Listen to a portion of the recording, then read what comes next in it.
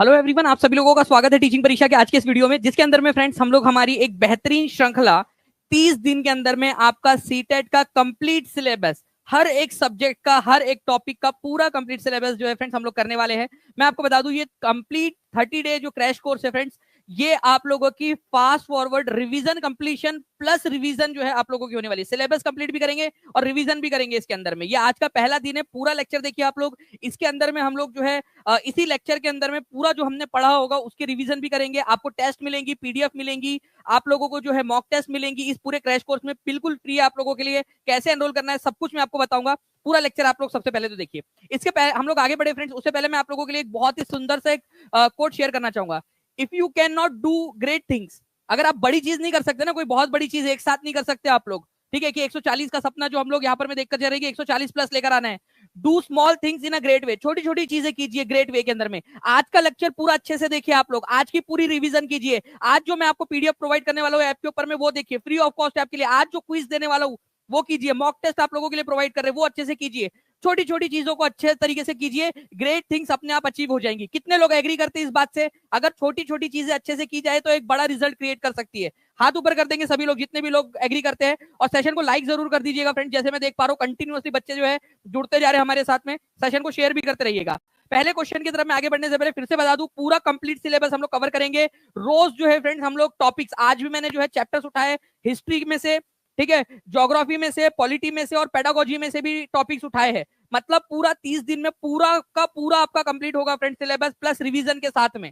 ठीक है, चलिए मैं आपको पहले क्वेश्चन की तरफ में लेके चलता हूँ फ्रेंड्स। पहला जो क्वेश्चन है आप लोगों का, आप लोगों के पहले चैप्टर में से ही है। प्राचीन भारत में पांडुलिपियां लिखने के लिए पारंपरिक रूप से किस सामग्री का उपयोग किया जाता था?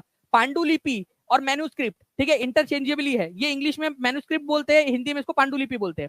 मतलब पुराने जमाने की जो लिखावट वाली हमें वस्तुएं मिली है, जो लिखे हुए स्रोत मिले हैं, उनके बारे में बात हो रही है। तो पुराने जमाने में जो मैन्युस्क्रिप्ट या पांडुलिपियां मिली है हमको, जिसके ऊपर में पुराने जमाने के लोगों ने जो लिखकर हम छोड़ा है, उनका जो ज्ञान था, जो उनकी बातें थी, जो लिखी हुई है, ठीक है, वो आप लोगों को दो चीजों पे मिलती है। एक तो ताड़ के पत्तों पर मिलती है, ताड़ के पत्तों पर, और दूसरा जो है फ्रेंड्स आप लोगों का भुर्ज नामक पेड़ होता है उसकी छाल पर। ठीक है, तो ये एनसीईआरटी में दिया हुआ है आप लोगों का, ताड़ के पत्तों पर, ठीक है, ताड़ के पत्तों पर और भुर्ज नाम का जो पेड़ होता है उसकी छाल पर। इंग्लिश में भी दिखा देता हूं आप लोगों को, ठीक है। ताड़ के पत्तों को इंग्लिश में पाम लीव्स बोला जाता है, पाम लीव्स, पुराने जमाने की जो पांडुलिपि हमको मिली है वो, ठीक है। और बार्क जो है, बर्च नाम का पेड़ होता है जिसको भुर्ज भी बोलते हैं हिंदी में, उसकी बार्क मतलब उसकी छाल के ऊपर में लिखते थे ये इस तरीके से, ठीक है। तो पुराने जमाने के जो लोग थे वो मैन्यूस्क्रिप्ट को, ठीक है, ताड़ के पत्तों पर या भुर्ज नामक पेड़ की छाल पर लिखते थे। ये जो है फ्रेंड्स आप लोगों को याद रखना है। अच्छा, एक और चीज, ये पांडुलिपि या जो इंग्लिश के अंदर में जो इसका वर्ड है मैन्यूस्क्रिप्ट, ये कहां से आया है? मैन्यूस्क्रिप्ट जो है फ्रेंड्स यहाँ पर मैं याद रखना है, ये लैटिन भाषा का शब्द है, ठीक है, जिसका मतलब होता है हाथ। तो मैनू स्क्रिप्ट, ठीक है, मैनू मतलब मेरा नहीं है इसके अंदर में, मैनू मतलब यहाँ पर में है मैन्यू स्क्रिप्ट, हाथ से लिखी हुई जो चीजें है उसके बारे में बात हो रही है, ठीक है। तो मैनू कौन सी भाषा का शब्द है? लैटिन भाषा का शब्द है जिसका मतलब हाथ होता है, ये याद रखना है। सभी लोग लिख देंगे और ये क्वेश्चन आया हुआ एग्जाम के अंदर में। मैं टीम से रिक्वेस्ट करूंगा कि जो है अगर पॉसिबल हो तो इस क्वेश्चन को भी आगे में कहीं तो भी लगा दिया जाए, ठीक है। चलिए नाउ फ्रेंड्स, एक और चीज है, ये देखिए, ये लिटरेरी सोर्स जो है ये नरम चीज के ऊपर में, ताड़ के पत्ते नरम है, ठीक है, भूर्ज नाम का जो पेड़ है वो नरम है, उसके ऊपर में लिखा गया था। लेकिन जो शिलालेख होते थे, शिलालेख या अभिलेख, ये आप लोगों के जनरली हार्ड सरफेस पर लिखे जाते थे, हार्ड सरफेस के ऊपर में। अगर मान लो अपने भुर्ज नामक पेड़ की छाल या फिर ताड़ के पत्तों पर लिखा है तो उसको मैन्यूस्क्रिप्ट बोला जाएगा, पांडुलिपि या मैन्यूस्क्रिप्ट। लेकिन अगर आपने हार्ड सरफेस पर, मतलब कि कठोर सतह पर अगर आपने कुछ लिखा है या उकेरा है, जैसे पत्थर, ईंट, धातु, दीवार, उसके ऊपर में कुछ इस तरीके से बनाया है, तो इसको अभिलेख या फिर शिलालेख बोला जाएगा। तो इन दोनों में डिफरेंस क्या क्रिएट होता है बताइए जल्दी से, क्या डिफरेंस क्रिएट होता है दोनों में, अभिलेख और शिलालेख के अंदर में? अभिलेख और शिलालेख के अंदर में डिफरेंस ये है फ्रेंड्स आप लोगों का कि अभिलेख जो है वो कठोर सतह पे लिखा जाता था या उकेरा जाता था, और जो पांडुलिपियां है आप लोगों की, ठीक है, वो भुर्ज नामक पेड़ की छाल या फिर आप लोगों का ताड़ के पत्तों के ऊपर में लिखी जाती थी। ये आप लोगों ने याद रखना है, इंपॉर्टेंट एग्जाम में पूछ सकते हैं आप लोगों से। जितने भी बच्चे हैं एक बार जल्दी जल्दी से फ्रेंड सेशन को लाइक एंड शेयर कर देंगे। मैं टीम से रिक्वेस्ट करूंगा कि प्लीज एक बार जो पीसीआर टीम है हमारी, वो जल्दी से अगर एक बार ये जो एरर आ रहा है उसको एक बार ठीक कर लीजिए, जो अटक रहा है, ठीक है। चलिए, ये चीज आपको समझ में आ गई। अब एक क्वेश्चन मैं आप लोगों को देता हूं, सबसे प्रारंभिक पांडुलिपियां किस पर लिखी गई थी? 2018 का क्वेश्चन, दिसंबर 2018 का क्वेश्चन, जल्दी बताइए इसका आंसर क्या होगा, ठीक है, जल्दी से बता देंगे। और एक बार हर एक बच्चा एक एक जगह पे भी शेयर कर देगा ना फ्रेंड्स, तो यहाँ पर मैं मुझे लगेगा कि यार ये जो पूरी मेहनत है, जो पूरा 30 दिन तक लगातार करने वाला, उसके लिए हिम्मत मिल जाएंगी आप लोगों से। और हर एक बच्चा अपना अपना कंट्रीब्यूशन दे देगा। सेशन को लाइक कर दीजिए, जहां भी शेयर कर सकते हो शेयर कर दीजिए। और टीचिंग परीक्षा यूट्यूब चैनल को सब्सक्राइब करना बिल्कुल नहीं भूलना है। इसकी पीडीएफ, इसकी नोट्स और इसका जो है आपको सब कुछ मिलेगा। कैसे मिलेगा वो भी मैं आपको बताऊंगा। इसके ऊपर में टेस्ट भी होने वाली है। पांडुलिपियां लिखी गई थी आप लोगों की पाम लीव्स पर, ताड़ पत्र के ऊपर में। 2018 का एक्चुअल क्वेश्चन आप लोगों ने सॉल्व कर लिया है। ठीक है, नेक्स्ट क्वेश्चन की तरफ में आगे बढ़ते हैं हम लोग फ्रेंड्स। यहाँ पर में ठीक है, ताड़ के पत्तों के ऊपर में यह भूज नामक छाल, पेड़ की छाल पर लिखी गई थी। अब ये क्वेश्चन का आंसर जिसने लगा डाला उसकी लाइफ झिंगा लाला। ठीक है, प्रीवियस ईयर क्वेश्चन आप लोगों का। चलिए मैं थोड़ा सा यहाँ पर मैं हट जाता हूँ। आप लोग यहाँ पर में देखिए इस पर्टिकुलर क्वेश्चन को। इसके अंदर में आप लोगों से पूछा गया है कि पांडुलिपि और शिलालेख, शिलालेख इंस्क्रिप्शन अभिलेख आपका, इसके ऊपर में क्या फर्क है ये आपको बताना है। तो मैन्यूस्क्रिप्ट जो है फ्रेंड्स आप लोगों की, ठीक है, मैन्यूस्क्रिप्ट, इसमें बोला गया है कि जनरली ये ताड़ के पत्तों पर या फिर भूर्ज नामक पेड़ की छाल पर लिखी जाती थी। क्या ये बात सही है? जी बिल्कुल सही है ये बात। पांडुलिपि आमतौर पर ताड़ के पत्तों पर या बर्च नामक पेड़ की छाल पर लिखी जाती थी। अगर शिलालेख या अभिलेख की बात करें तो ये पत्थर और धातु जैसे जो अपेक्षाकृत कठोर सतह होती थी उसके ऊपर में लिखा जाता था। ठीक है, ये आप लोगों ने याद रखना है। ठीक है, याद रहेंगी ये सारी चीजें आप लोगों को। चलिए बहुत बढ़िया फ्रेंड्स, आप लोगों के आंसर्स आ रहे हैं। तो दोनों ही यहाँ पर में पॉइंट्स क्या है आप लोगों के सही है। तो both A and B are true, ये आप लोगों का आंसर हो जाएगा। सही उत्तर को चुनिए, ये एग्जाम का क्वेश्चन है। अटक रहा है थोड़ा सा ये, मैं चाहूंगा कि हम एक स्क्रीन को यहाँ पर में कम कर सकते हैं ताकि हम इसके ऊपर में ही रहे जनरली। ठीक है, चलिए ओके। चलिए नाउ फ्रेंड नेक्स्ट क्वेश्चन की तरफ में हम लोग आगे बढ़ते हैं। आप लोग तब तक इसका आंसर करिए। मैं आपको आपके लिए जो है वो और क्वेश्चंस लेकर आ रहा हूँ। इस क्वेश्चन का आंसर कीजिए। ठीक है, चंद्रमा हमें अन्य खगोलीय पिंडों की तुलना में बड़ा क्यों दिखाई देता है? चंद्रमा हमें बड़ा क्यों दिखाई देता है?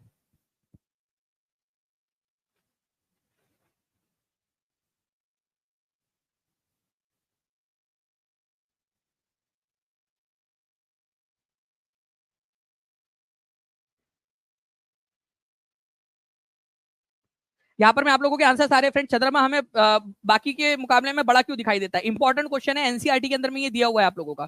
चंद्रमा हमें बड़ा इसलिए दिखाई देता है फ्रेंड्स क्योंकि वो बाकी जो सेलेस्टियल बॉडीज है, जो हमारे आकाशीय पिंड है, तारे वगैरह जो है, ग्रह है, जो छोटे छोटे से दिखाई देते हैं रात के आसमान में हमें, उनसे पृथ्वी से ज्यादा क्लोज है। ठीक है, बाकी के जो खगोलीय पिंड है उनके मुकाबले में ज्यादा पास है। चंद्रमा पास है कि नहीं आप लोगों के? ठीक है, याद रखना है आप लोगों ने। तो चंद्रमा जो है फ्रेंड्स आप लोगों का ये पास है बाकी के सेलेस्टियल, बाकी के तारे वगैरह, मंगल ग्रह, बुध ग्रह या बाकी के जो और तारे वगैरह है हमारे ब्रह्मांड के अंदर में, उनके मुकाबले में इसी वजह से ये हमें बड़ा दिखाई देता है। ठीक है, तो आंसर आप लोगों का जो है फ्रेंड्स ऑप्शन नंबर सी हो जाएगा। कितने लोगों ने सही आंसर लगाया था हाथ ऊपर कर दीजिए जल्दी जल्दी से। जितने लोगों ने सही आंसर लगाया था हाथ ऊपर कर देंगे एक बार सभी लोग। और सेशन को लाइक एंड शेयर जरूर करते रहिए ताकि हम लोग इसी तरीके से फ्रेंड धमाकेदार जो क्वेश्चंस के माध्यम से पूरा सिलेबस कंप्लीट कर सके। अब मैं आपको एक्सप्लेनेशन दे रहा हूं, इस पर आधारित क्वेश्चन पूछूंगा मैं आपसे। ठीक है, चंद्रमा हमें बड़ा क्यों दिखता है? एनसीईआरटी में दिया है क्यों बड़ा दिखता है, क्योंकि वो हमारे से ज्यादा पास में है बाकी प्लेनेट और बाकी सेलेस्टियल बॉडीज के मुकाबले में। अच्छा, एक चीज आपको पता है, ये देखिए यहाँ पर मैं अगर आप लोग थोड़ा सा देख पा रहे होंगे, ठीक है, तो आप लोगों को एक चीज यहाँ पर में क्या समझ में आ रही है, चंद्रमा का एक ही साइड आपको दिखाई दे रहा है, देखिए लाल वाला। कितने लोग ऑब्जर्व कर पा रहे हैं? हाथ ऊपर करिए। ऑब्जर्व अगर कर पा रहे हो आप लोग तो बताना मुझे। देखिए चंद्रमा गोल घूम रहा है लेकिन एक ही साइड हमें दिखाई दे रहा है, एक ही साइड है हमारे तरफ में। ऐसा क्यों? क्योंकि चंद्रमा जो है फ्रेंड्स वो देखिए खुद का चक्कर तो लगा रहा है, ठीक है, लेकिन साथ साथ में पृथ्वी का भी चक्कर लगा रहा है।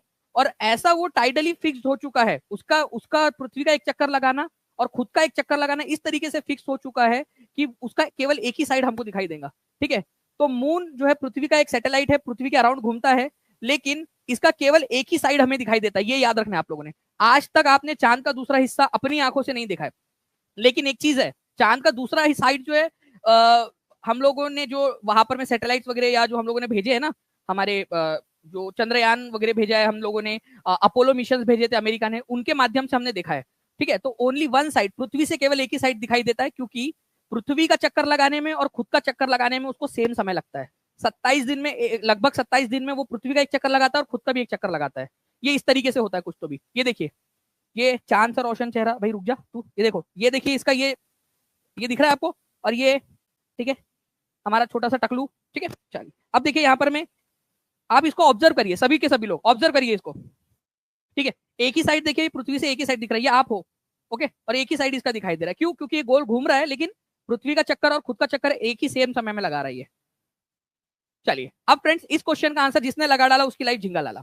ये क्वेश्चन रीजन वाला, एक्सप्लेनेशन वाला क्वेश्चन है, जिसके अंदर में आप लोगों में से मैक्सिमम लोग जो है डर जाते हैं इसमें। ठीक है, असर्शन और रीजन वाला क्वेश्चन। ए क्या बोल रहा है the same side of the moon is always visible from earth. मैं आपको इस तरीके से पढ़ाऊंगा कि आपका जो है फ्रेंड्स पूरा का पूरा आपके माइंड में छप जाएगा।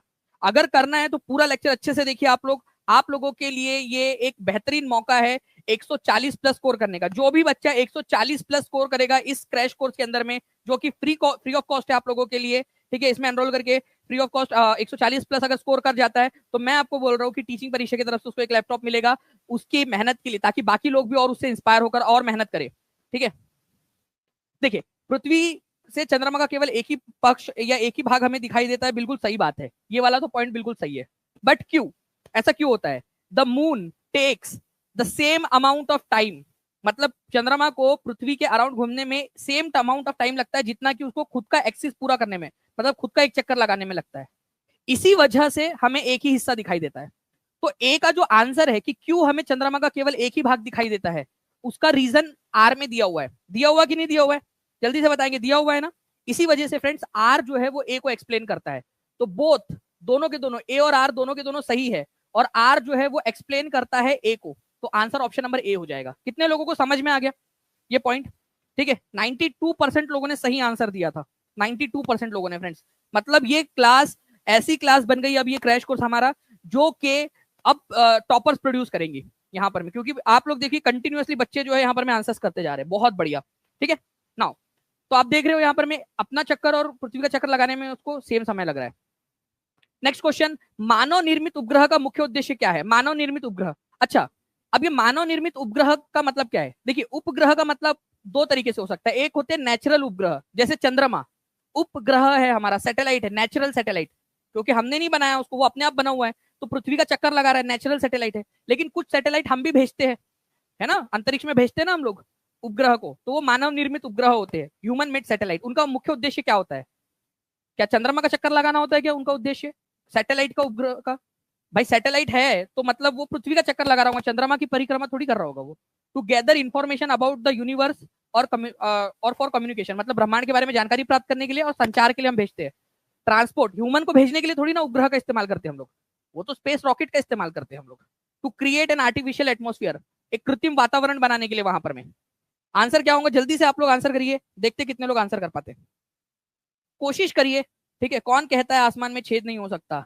एक पत्थर तो जरा तबियत से उछालो यारो, कोशिश तो करो आप लोग कमेंट में आंसर करने की। ठीक है, तो आंसर क्या हो जाएगा फ्रेंड्स, यहाँ पर में देखिए मून के अराउंड में भेजने के लिए हम इसका इस्तेमाल नहीं करते, उसके लिए हम लोग रॉकेट्स वगैरह भेजेंगे। ठीक है, हम लोग ह्यूमन को स्पेस में भेजने के लिए भी रॉकेट वगैरह का इस्तेमाल करेंगे। आर्टिफिशियल एटमोस्फियर बनाना हमारा कभी उद्देश्य है ही नहीं अभी, हमारा फिलहाल के अंदर में इतने बड़े नहीं हो गए हम लोग। तो आंसर हो जाएगा इसका ऑप्शन नंबर बी, ब्रह्मांड के बारे में जानकारी इकट्ठा करने के लिए और संचार माध्यम के लिए हम लोग करते हैं। ये एनसीईआरटी से लिया हुआ क्वेश्चन है आपका। देखिए उपग्रह एक खगोलीय पिंड है जो ग्रहों के चारों ओर घूमता है, जैसे कि सूर्य पृथ्वी के जो पृथ्वी है सूर्य के अराउंड घूम रही है, वैसे ही पृथ्वी के अराउंड में चंद्रमा घूम रहा है, तो चंद्रमा हमारा नेचुरल उपग्रह हो गया। ठीक है, ऐसे कई सारे अलग अलग ग्रहों के उपग्रह है।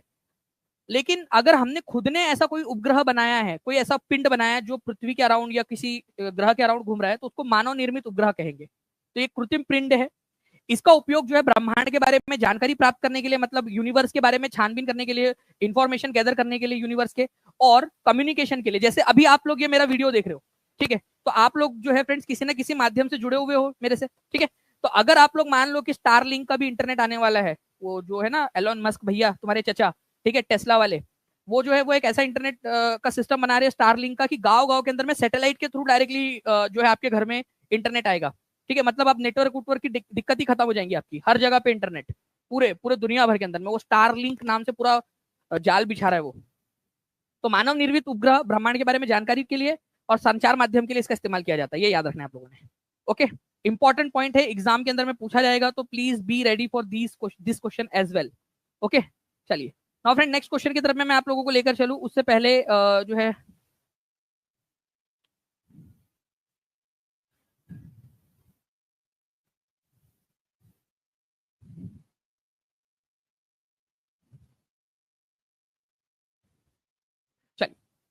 नेक्स्ट क्वेश्चन की तरफ में हम लोग आगे बढ़ते हैं फ्रेंड्स हमारे। ठीक है, ये क्वेश्चन आप लोगों ने देख लिया। नेक्स्ट क्वेश्चन जो है आप लोगों का, लगभग 12,000 साल पहले कौन सा प्रमुख जलवायु परिवर्तन हुआ था? 12,000 साल पहले क्या हुआ था? एज पर एनसीईआरटी आप लोगों को आंसर करना है। ठीक है, बहुत मजा आ रहा है सर आज के क्लास करने में, ईस्ट और वेस्ट दानी से। Thank you very much Nilofar ji, बहुत बहुत शुक्रिया आपका प्यारे से कमेंट के लिए। ठीक है, चलिए एक बार सभी लोग जो है फ्रेंड्स, जितने भी लोग देख रहे हैं, लाइक और शेयर जरूर कर देंगे, जहां भी शेयर कर सकते हो, हर एक टेलीग्राम में, हर एक व्हाट्सएप ग्रुप में सेशन शेयर हो जाना चाहिए, और चैनल को सब्सक्राइब जरूर कर लेंगे हर कोई बच्चा। इसी से जो है फ्रेंड्स पूरी टीम मोटिवेट होगी और आप लोगों के लिए और ज्यादा क्लासेस और लंबी लंबी क्लासेस हम लोग ले पाएंगे। लगभग 12,000 साल पहले क्या चेंज हुआ था फ्रेंड्स? ठीक है, थैंक यू। तो जो है फ्रेंड्स, पृथ्वी का वातावरण चेंज हुआ था 12,000 साल पहले। ठीक है, मैं आपको बताता हूँ। देखिए, पूरा का पूरा ये प्रीमियम कंटेंट दे रहा हूँ आप लोगों को, जो फ्रेंड्स मैं आप लोगों को करवाता हूँ क्लासेस के अंदर में। ठीक है, जो भी बच्चे आगे में जाके केवीएस के लिए प्रिपेयर कर रहे हैं, वो टीचिंग परीक्षा के साथ में जुड़ सकते हैं। सुपर टेट के लिए, बीपीएससी के लिए, ठीक है, टीआरई के लिए अगर आप कर रहे हो, डी ट्रिपल एस बी के लिए, तो टीचिंग परीक्षा के साथ में आप जुड़ सकते हो। प्रीमियम लेवल का कंटेंट आपको मिलेगा। ठीक है, तो देखिए 12,000 साल पहले क्या हुआ था फ्रेंड्स, हमारे पृथ्वी के अंदर में, हमारे पृथ्वी के वातावरण में कुछ चेंज आया। क्या चेंज हुआ? हमारी पृथ्वी जो है लगभग पहले के मुकाबले में गर्म हो गई। पहले थोड़ा सा ठंडी थी पृथ्वी, आइस एज चल रहा था, उसके मुकाबले में थोड़ी सी गर्म हो गई पृथ्वी। तो 12,000 साल पहले पृथ्वी ठंडी हुई थी या गर्म हुई थी? पृथ्वी जो है फ्रेंड्स गर्म हुई थी, ये याद रखना है। अब पृथ्वी गर्म हो गई, पहले जो है बर्फ ढकी हुई थी। आप लोग इमेजिन करो, इमेजिन करो, ठीक है, आंख खोलकर इमेजिन करो। पहले पृथ्वी ठंडी है, पृथ्वी के ज्यादातर हिस्सों के ऊपर में बर्फ जमी हुई है। अब पृथ्वी थोड़ी सी गर्म होगी तो बर्फ पिघलेंगी या और बढ़ेंगी? आप लोग बताइए, आप लोग तो इतने होशियार लोग हो, आप लोग बताइए क्या होगा? तापमान बढ़ने से वो बर्फ पिघलेगी, है ना, बर्फ पिघलेगी। तो बर्फ पिघलने से क्या होगा? घास के क्योंकि वो जमीन खाली हो गई, तो घास के मैदान वहां पर में बनेंगे। अब घास के मैदान बनेंगे, ठीक है, तो आपको पता है कि घास खाने वाले जानवरों की संख्या बढ़ेगी। क्यों? क्योंकि घास उपलब्ध है, जो भाई जो उपलब्ध हो वही तो खाओगे आप लोग। ठीक है, तो घास के मैदान उपलब्ध होने लगे, घास के मैदान बनने लगे, तो शाकाहारी जानवरों की संख्या में वृद्धि हुई। कारण ये भी था कि भाई खाना मिल रहा है, और क्या चाहिए, खाना मिल रहा है, मस्त पे की तुम्हारी जॉब लग जाएगी। ठीक है, लड़कों की बात कर रहा हूँ मैं। ठीक है, तुम्हारी जॉब लग गई। अब तुम्हारे घर वाले क्या बोलेंगे? तुम्हारी शादी करा देते। शादी कराने के बाद में वो क्या बोलेंगे? ठीक है, तुम्हारे जो पर दादी है, पर नानी है, बोलेंगे बेटा मेरी आखिरी इच्छा है कि तुम्हारे जो है मेरे पोते की पर पोते की पर नाती के जो है वो चेहरा देख लूं। ठीक है, फिर मैं स्वर्ग सिद्ध आ जाऊंगी। ठीक है, फिर आप उनकी इच्छा पूर्ति के लिए, क्योंकि आपकी जॉब लग गई, अब खाना पीना तो आपका अवेलेबल है, आप कर सकते हो अभी। ठीक है, मतलब बच्चे जो है प्लान कर सकते हो। फिर क्या होगा? फिर वो बोलेंगे यार एक पोता हो गया, एक पोती भी चाहिए यार, मतलब मेरी बड़ी इच्छा थी कि एक पोती भी हो हमारे इसमें। ठीक है, फिर आप लोग बोलेंगे चलो ठीक है यार, दादी पर दादी की इच्छा है, पर नानी की इच्छा है, वो भी कर लेते। मतलब अगर खाना उपलब्ध रहा तो संख्या बढ़ जाती है किसी ना किसी वजह से, या कोई ना कोई आप लोग कर ले तो। ठीक है, तो खाना उपलब्ध था। ठीक है, खाना उपलब्ध था, तो हिरन, मृग, बकरी, भेड़, मवेशी जैसे जो जानवर थे, उनकी संख्या में वृद्धि हुई। क्यों वृद्धि हुई? क्योंकि आप खाना, उनके घास खाने वाले जानवर जो है उनकी संख्या में वृद्धि हुई, क्योंकि उनके पास में खाना अवेलेबल था। अब उनकी दादी नानी ने नहीं बोला था कि बेटा हिरन एक और हिरनी ला, वैसा नहीं था उनका, लेकिन खाना उपलब्ध था जिस वजह से इनकी संख्या में वृद्धि हुई। ओके, तो 12,000 साल पहले क्या हुआ? वातावरण गर्म हुआ, गर्म होने की वजह से घास के मैदान बने, और उसके वजह से फिर ये जानवर बने। ये जानवरों की वजह से गर्म नहीं हुआ जानवर, हमारी पृथ्वी, ये गर्म हुआ, घास के मैदान बने। क्रोनोलॉजी समझिए आप लोग, थोड़े समय के लिए मेरे को अमित शाह समझो, क्रोनोलॉजी समझो आप लोग। ठीक है, 12,000 साल पहले पृथ्वी गर्म हुई, घास के मैदान बने, शाकाहारी जानवरों की संख्या में वृद्धि हुई। ठीक है, और गेहूं, जौ, चावल वगैरह अपने आप जो है प्राकृतिक रूप से उगने लगे। फिर बाद में मानव ने उसको उत्पादन भी करना स्टार्ट कर दिया। ठीक है, तो 12,000 साल पहले क्या हुआ था? आंसर आप लोग कमेंट के अंदर में एक बार फिर से कर देंगे, ताकि आप लोगों का कॉन्फिडेंस बढ़ जाए। एग्जाम्पल में मजा आ जाता है सर, कोई बात नहीं। ठीक है,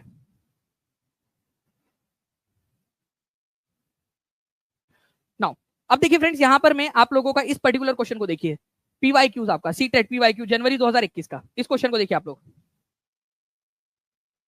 ये देखिए आप लोग। Thank you Rahul Sharma, Rohit Sharma ji. अब इस क्वेश्चन को आप लोग देखिए और इस क्वेश्चन का आंसर करिए। ये आप लोगों का पीवाईक्यू, अगर आप लोगों ने ये एक्सप्लेनेशन अच्छे से समझा है तो आप लोग इस क्वेश्चन का आंसर कर पाओगे। थैंक यू वेरी मच दीक्षा यादव।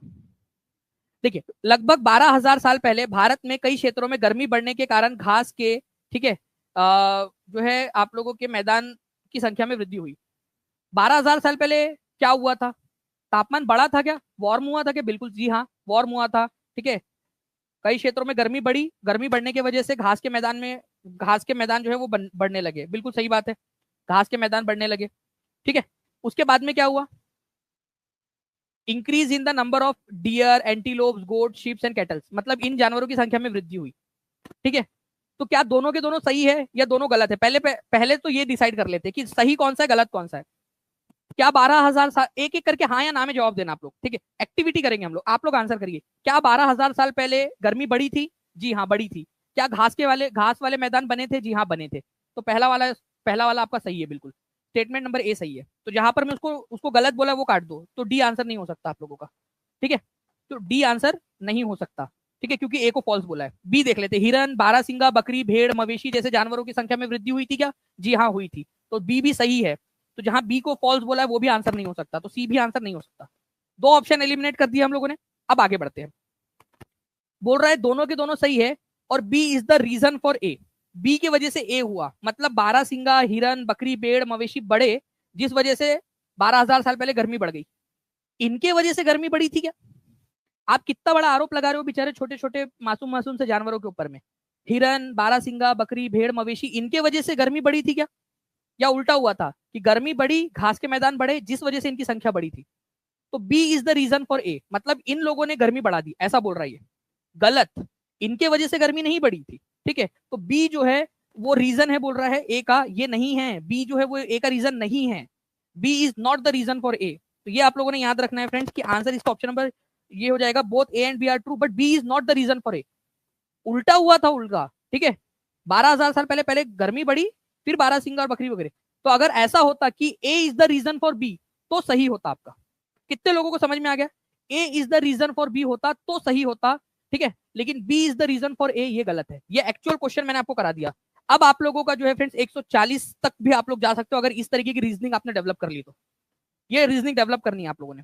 हर एक बच्चा अपना अपना योगदान यहाँ पर मैं देता रहेगा। 600 से ज्यादा बच्चों ने लाइक कर दिया है फ्रेंड्स, 850 बच्चे हो चुके हैं। मैं चाहूंगा कि हर एक बच्चा एक बार शेयर सेशन को जहां भी शेयर कर सकता है शेयर कर दे, ठीक है। हम लोग इसी तरह से बढ़िया तरीके से पढ़ते रहेंगे। आपको पीडीएफ और क्विज भी मिलेंगी, आपको मॉक टेस्ट भी मिलेगा, आप लोगों को यूनिट टेस्ट भी मिलेंगी। कैसे मिलेंगी, ठीक है, वो आपको मैं अभी बताऊंगा थोड़ी देर के अंदर में। ओके, तो 12,000 साल पहले जानवरों की संख्या में वृद्धि कैसे हुई? क्योंकि गर्मी बढ़ी, गर्मी की वजह से घास के मैदान बने और इन जानवरों की संख्या में वृद्धि हुई थी, ठीक है। अच्छा, ये 12,000 साल पहले जब गर्मी बढ़ी, इस समय काल को क्या कहा जाता है? आप लोग एक बार टाइप करके बताओ जल्दी से, क्या कहा जाता है इस समय काल को? इस समय काल को कहा जाता है मध्य पाषाण युग, मेसोलिथिक एज, मध्य पाषाण युग। ओके, चलिए नेक्स्ट क्वेश्चन की तरफ में आगे बढ़ते हैं। जो लोग अतीत में बनी और उपयोग की गई वस्तुओं का अध्ययन करते हैं उन्हें क्या कहा जाता है? ठीक है, आपकी रिगार्ड करने से मैंने बीपीएससी टीआरई 1 में सेलेक्ट हो गई, बहुत बहुत थैंक यू सर। चलिए नाजमी अफसान जी, बहुत बहुत शुक्रिया आपका आपके प्यारे से कमेंट के लिए। और बाकी बच्चे जो है वो भी अच्छे से मेहनत करिए, ठीक है। जैसे यहाँ पर मैं नाजमी अफसान जी ने जो है यहाँ पर मैं सफलता हासिल की है, मुझे उम्मीद है कि आप सभी लोग भी जो है सफलता हासिल कर सकते हो, ठीक है। जो लोग अतीत में बनी हुई, मतलब पुराने समय में बनी हुई चीजों का इस्तेमाल करते हैं, ठीक है, और उसका अध्ययन करते हैं, उनको क्या कहा जाता है? उनको आर्कियोलॉजिस्ट कहा जाता है, पुरातत्ववेत्ता। जो पुरानी चीजों का अध्ययन करते हैं, पुरातत्ववेत्ता, आर्कियोलॉजिस्ट कहा जाता है। D is the correct answer. 22 दिसंबर 2021 की शिफ्ट में आया था ये क्वेश्चन आप लोगों का, ठीक है। तो archaeology is the study of human activity, ठीक है, जिसके अंदर में आप पुरानी चीजों को रिकवर करते हो, उनकी स्टडी करते हो, ठीक है, आर्कियोलॉजी कहा जाता है। और ऐसे पर्सन को कहा जाता है आर्कियोलॉजिस्ट, पुरातत्ववेत्ता, ठीक है, पुरातत्वविद भी इसको कहते हैं, ठीक है। पुनर्प्राप्ति करते हो पुरानी चीजों की और उसका अध्ययन करते हो, पुरातत्ववेत्ता या पुरातत्वविद, आर्कियोलॉजिस्ट उसको कहा जाता है, ठीक है। अच्छा, हमारे भारत के अंदर में आर्कियोलॉजी, ठीक है, ये जो ब्रांच है आर्कियोलॉजी, ठीक है, इसके जन्मदाता किसको माना जाता है? ये एस्टेट में आया था क्वेश्चन, याद रखना है आप सभी लोगों ने, पूछा जा सकता है आप सभी लोगों से, ठीक है। फादर ऑफ इंडियन आर्कियोलॉजी, ये क्वेश्चन जल्दी से जितने भी बच्चे आंसर कर सकते हैं बता देंगे। Father of Indian archaeology, Indian archaeology, archaeology, ठीक है, आर्कियोलॉजी किसको कहा जाता है आप लोग बता देंगे, ठीक है। देखते कितने लोग आंसर कर पाते हैं इसका। बताइए इस पर्टिकुलर क्वेश्चन का आंसर क्या होगा, जल्दी से इसका आंसर करेंगे जल्दी से सभी लोग। कुछ क्षेत्रों में लोग लगभग 8,000 वर्ष पहले, ठीक है, रहने लगे। इन क्षेत्रों में निम्नलिखित में से कौन सा कथन सही है? ठीक है, कौन सा वाला कथन सही है? कौन सा वाला क्षेत्र की बात हो रही है यहाँ पर में? कुछ क्षेत्रों में लगभग 8,000 साल पहले लोग रहने लग गए थे, इन क्षेत्रों में से कौन सा वाला क्षेत्र था वो?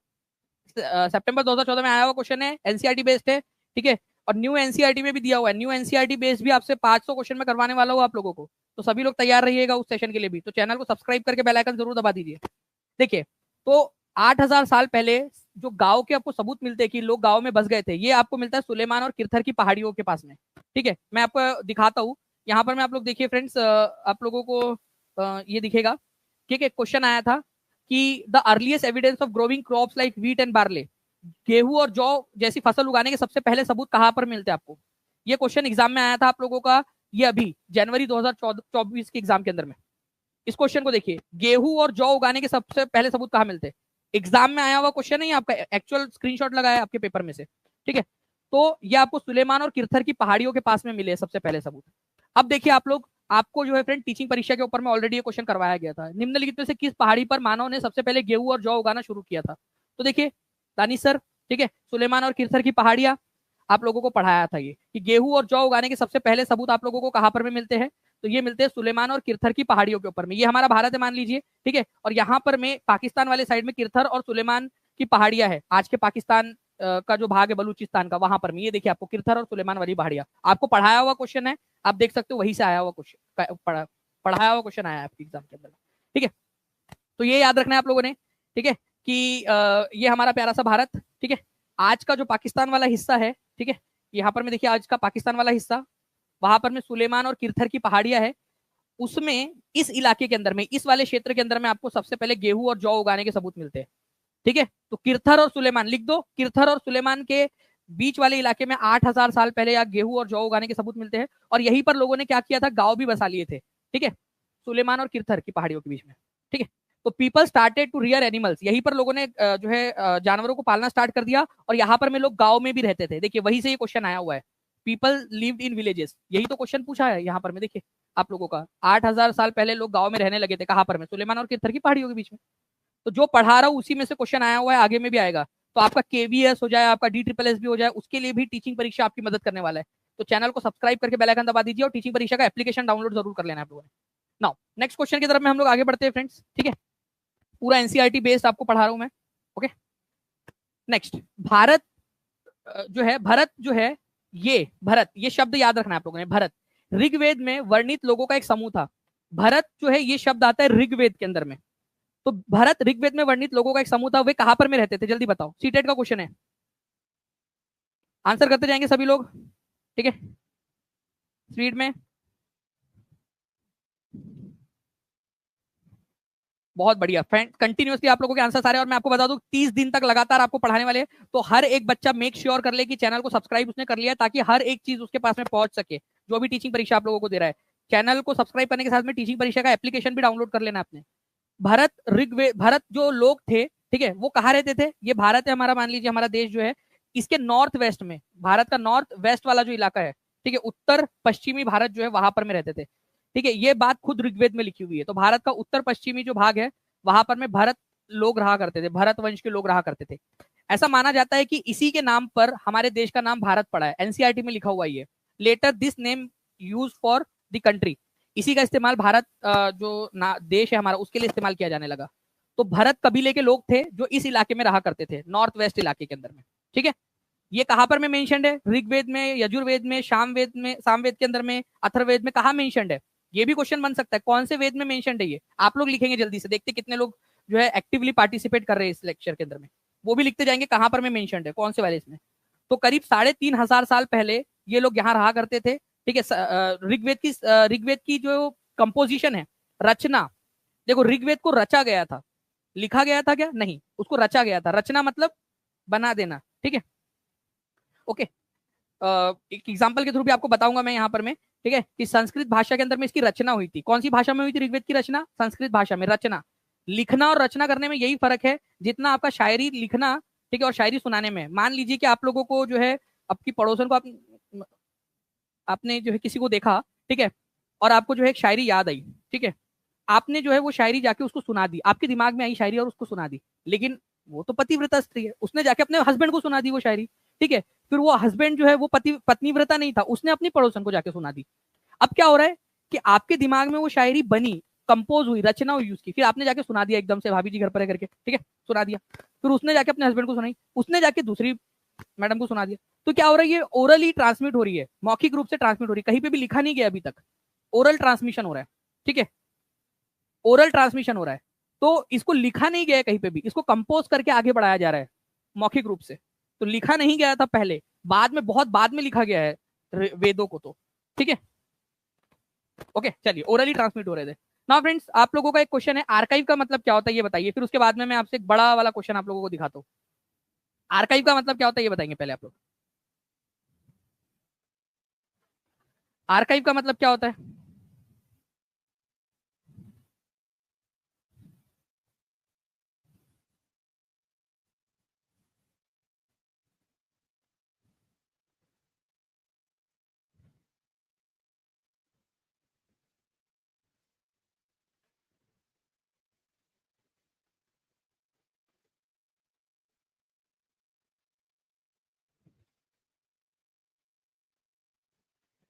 चलिए बहुत बढ़िया फ्रेंड्स, आप लोगों के जो है वो आंसर्स यहाँ पर मैं कंटिन्यूअसली आते जा रहे हैं। ठीक है, इसी तरीके से आप लोग जो है वो आंसर्स लगाते जाइए आप लोगों के। ठीक है,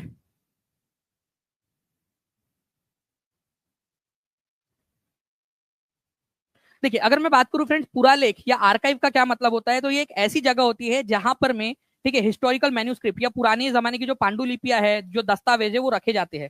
एक इसके जरिए आपको दिखाता हूं मैं। ठीक है, यहाँ पर मैं आप लोग देखिए, ये एक मान लीजिए एक ऐसी जगह है जहां पर में पुराने जमाने की जो भी चीजें मिली है, जो बुक्स है, जो आप लोगों के ऑफिशियल रिकॉर्ड्स है, या कोई भी सारी पुराने जमाने की जो चीजें थी, मैन्यूस्क्रिप्ट, पांडुलिपियां जहां पर में रखी गई है, उसको आर्काइव या फिर आप लोग जो है फ्रेंड्स अभिलेखागार कहते हो। तो एक ऐसा स्थान जहां पर में ऐतिहासिक पांडुलिपियां या मैन्यूस्क्रिप्ट रखी जाती है, दस्तावेज रखे जाते हैं, उसको अभिलेखागार कहा जाता है, अभिलेखागार।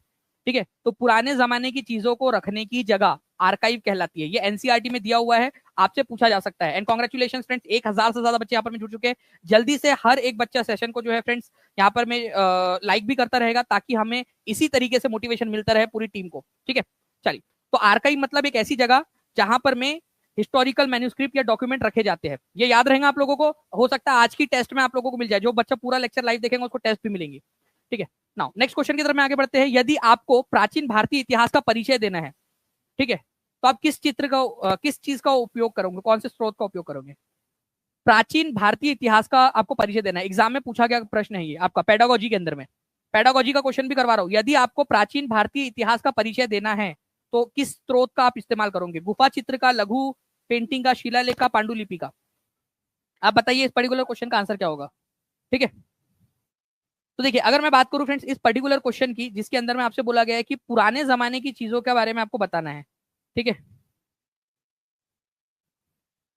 अच्छा, कौन सी चीज का उपयोग करना गलत होगा बोला है यहाँ पर मैं। ठीक है, कौन सी चीज का इस्तेमाल करना गलत होगा, यहाँ पर मैं गलत होगा ये पूछा है। देखिए यहाँ पर मैं ना इस तरीके से भी चीजों को ध्यान रखना है हम लोगों ने, कौन सी चीज का इस्तेमाल करना गलत होगा।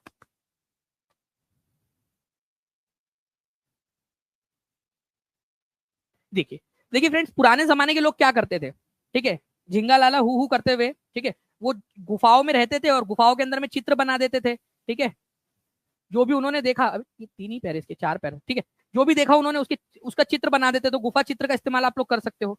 ठीक है, शिलालेख मतलब कि वो पत्थरों पे लिख दिया करते थे कुछ ना कुछ। पांडुलिपियां उन्होंने लिखी है ताड़ पत्रों पर या भुज नाम के पेड़ की छाल पर, उसका इस्तेमाल कर सकते हो। लघु पेंटिंग उस समय में नहीं बनती थी। लघु पेंटिंग का मतलब क्या होता है, एक कागज लिया आपने, ठीक है, या एक कपड़ा लिया छोटा सा, उसके ऊपर में कोई चित्र बना दिया आपने। ये मान लो कैटरीना कैफ की फोटो मैं बना रहा हूँ, ठीक है, उसको इम्प्रेस करने के लिए मान लीजिए। ठीक है, ये उसके बाल, ये उसके कान, ये उसकी आंखें, नशीली आंखें, ठीक है, ये उसके होठ। ठीक है, अब ये क्या होगा फ्रेंड्स, ये बची नहीं रहेंगी ना लघु पेंटिंग। उस समय में लघु पेंटिंग का चलन भी नहीं था वैसे। ठीक है, तो लघु पेंटिंग का आप इस्तेमाल नहीं करोगे, मिनिएचर पेंटिंग उसको बोला जाता है। तो पुराने जमाने की अगर आपको इतिहास पढ़ाना है बच्चों को, तो उस समय के गुफा चित्र, क्योंकि गुफा चित्र अभी भी सुरक्षित है। ठीक है, उस समय के शिलालेख, क्योंकि पत्थरों पर लिखे गए थे, कठोर सतह पर लिखे गए थे, तो अभी तक वो सुरक्षित है। ठीक है, और पांडुलिपि, ठीक है, जो भूर्ज नाम के पेड़ की छाल पर या ताड़पत्रों पर लिखी गई थी, तो वो अभी तक सुरक्षित है, उसका इस्तेमाल कर सकते हैं। मिनिएचर लघु पेंटिंग उस समय में उपलब्ध नहीं है, उस समय की लघु पेंटिंग हमारे पास में। ठीक है, चलिए, पैटर्न क्या बहुत सुंदर है सर। हाँ मतलब भाई, किस कौन है जो इसका रिश्ता चाहिए किसी को, ये है लड़का यहाँ पर में। चलिए, तो B is the correct answer, ये याद रखना है आप सभी लोगों ने। नेक्स्ट क्वेश्चन की तरफ मैं आगे लेके चल रहा हूँ फ्रेंड्स, बहुत ही एक इंटरेस्टिंग सा क्वेश्चन है आप लोगों का। इस क्वेश्चन का आंसर जिसने लगा डाला उसकी लाइफ झिंगा लाला। सितंबर 2016 का क्वेश्चन है, और ये क्वेश्चन जो है फ्रेंड्स, मैं जिस जिस भी बंदे ने ये क्वेश्चन क्रिएट किया होगा उस समय में, जो एग्जामिनर था भाई, बहुत बढ़िया क्वेश्चन उसने बनाया। ये पीएसटेट का पेपर है सर, प्लीज पीएसटेट की तैयारी करवा दीजिए। पीएसटेट में भी काम आएगा चरणजीत कौर जी, ये सारा का सारा। आपकी वीडियो देखकर मुझे और किसी एसएसटी समझ में नहीं आती, आपकी बहुत अच्छे समझ में आती। Thank you very much Charanjit ji, बिल्कुल ये आपके लिए बिल्कुल उसमें भी काम आने वाला है। मैं पूरा का पूरा आपको इसी वजह से पूरा सारा प्रोवाइड करवाने वाला हूँ, ठीक है, ताकि आपको हर एग्जाम में कवर हो जाए आपका। ठीक है, तो देखिए ऋग्वेद के बारे में आपको बताना है कि कौन सा वाला कथन जो है वो इनमें से, ये ऑप्शन इधर में दिए गए वो सही है। 3,500 साल पहले इनको लिखा गया था बोल रहे हैं। अरे भाई ठीक है, अभी आपको बताया कि क्या इसको लिखा गया था या रचना हुई थी। अभी ये थोड़ी देर पहले आपने जो है जो एक शायरी बनाई थी उसको लिखा था या उसको कंपोज किया था, उसकी रचना की थी आपने, रचना रचना की थी। मतलब 3,500 साल पहले ऋग्वेद को भी उसी तरीके से रचा गया था, दिमाग में बनाया गया था और ओरली ट्रांसमिट हो रहा था वो सारी चीजें। तो लिखा नहीं गया था, उसको कंपोज किया गया था, कंपोजिशन हुआ था उसका 3,500 साल पहले। तो पहला ये गलत है, लिखा नहीं गया था। देखो देख कितना छोटा सा माइन्यूट सा डिफरेंस है यहाँ पर, मैं उसके ऊपर में खेल गया आप लोगों से एग्जामिनर। इसकी रचना देखिए, रचना हुई थी क्या प्राकृत भाषा में हुई थी? नहीं, इसकी रचना, इसको कंपोज किया गया था संस्कृत भाषा के अंदर में। देखिए कितना बेसिक सा आप लोगों को जो है यहाँ पर में खेल रहा है एग्जामिनर, एग्जामिनर का एक्चुअल क्वेश्चन है ये। ठीक है, तो इसकी रचना प्राकृत नहीं संस्कृत में हुई थी, लिखते जाएंगे सभी के सभी लोग। ठीक है, ओके चलिए। इसमें 1,000 से अधिक सूक्त है, सूक्त मतलब भजन। ठीक है, तो इसमें 1,000 से अधिक सूक्त है, ये बात बिल्कुल सही है। इसके अंदर में 1,000, ठीक है 28 जो है फ्रेंड्स आप लोगों के सूक्त है, ये याद रखना है आप लोगों ने, 1,028। तो 1,000 से ज्यादा ही है ना, 1,028 मतलब 1,000 से ज्यादा ही होता है। ठीक है, तो 1,028 1,000 से ज्यादा है, तो इसमें 1,000 से अधिक सूक्त है, 1,000 से अधिक प्रार्थनाएं हैं, बिल्कुल सही है। तो अब आप लोग बताओ आंसर क्या होगा। मैंने आपको ये क्लियर कर दिया ये चीज। अब इसमें से क्या आंसर होगा, ये दिमाग की एक्सरसाइज होंगी आप लोगों की। एक्सरसाइज करिए आप लोग, अपने माइंड की एक्सरसाइज करिए आप लोग। ठीक है, तो आंसर ए और बी जो है वो गलत है, ए और बी गलत है आप लोगों का। तो आंसर क्या होगा? ठीक है, सी सही है, ए और बी गलत है, ये आपका आंसर होगा। सी सही है, ए और बी गलत है। देखिए कितना बढ़िया तरीके से एग्जामिनर ने क्वेश्चन बनाया था। Option number A is the correct answer. केवल 44% लोगों ने आंसर लिखा गया है। ठीक है, बहुत बढ़िया। आप लोगों के चैट में भी आप लोग जो है फ्रेंड्स एक्सप्लेनेशन दे रहे हो इस चीज का, ये मुझे सबसे अच्छी चीज लग रही है आप लोगों की। सबसे बेस्ट चीज ये लग रही है उन बच्चों की जो चैट में एक्सप्लेनेशन भी दे रहे हैं, मतलब चीजें लिखते भी जा रहे हैं। बहुत अच्छी बात है। ये बच्चे हैं जो सच में 140 प्लस स्कोर का जो है फ्रेंड्स यहाँ पर में हम लोग एक टारगेट रख सकते हैं आप लोगों में कैसे। तो मुझे लग रहा है कि बहुत सारे लैपटॉप्स लेके रखने पड़ेंगे, क्योंकि आप लोगों में से काफी सारे बच्चे जो इस टीचिंग परीक्षा के special crash course 30 day crash course से पढ़ रहे हैं। ठीक है, बहुत सारे बच्चे स्कोर कर सकते हैं, मुझे ऐसा भरोसा है पूरा। कितने लोग टारगेट रखे हुए अपना पर्सनल भी कि सर 140 से ज्यादा स्कोर करना है और वो लैपटॉप लेना है, प्लस इंटरव्यू भी होगा टीचिंग परीक्षा के ऊपर में आपका। ठीक है, तो ये भी एक अच्छी चीज है आपकी। चलिए, तो फ्रेंड्स 3,500 साल पहले संस्कृत में इसकी रचना हुई थी, 1,000 से ज्यादा इसके अंदर में सूक्त है। ये देखिए एक्चुअल क्वेश्चन ये था वो पूरा आपका। स्क्रीनशॉट आप लोगों के सामने है, सितंबर 2016 का एक्चुअल स्क्रीनशॉट। ठीक है, बहुत बढ़िया। ठीक है, चलिए नेक्स्ट क्वेश्चन की तरफ में आगे बढ़ते हैं फ्रेंड्स। देखिए बड़ा क्वेश्चन है और मैं आप लोगों को चाहूंगा कि पहले आप लोग इसका आंसर करिए, फिर मैं एक एक चीज समझाता हूँ, फिर आपको फिर से ये क्वेश्चन दिखा दूंगा मैं। ठीक है, फिर आपसे आंसर पूछूंगा। मतलब ये क्वेश्चन मैं आप लोगों को उससे 2 बार पूछूंगा आप लोगों से, पूरा एक्सप्लेनेशन देने के बाद में।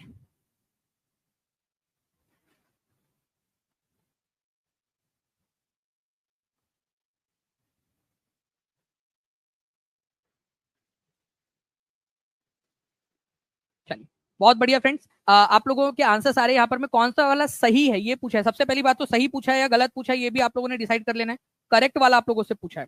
ठीक है, तो अगर मैं करेक्ट वाले की बात करूं तो हमारे आकाश में अनगिनत टिमटिमाते तारों की गर्मी और रोशनी हमें महसूस नहीं होती।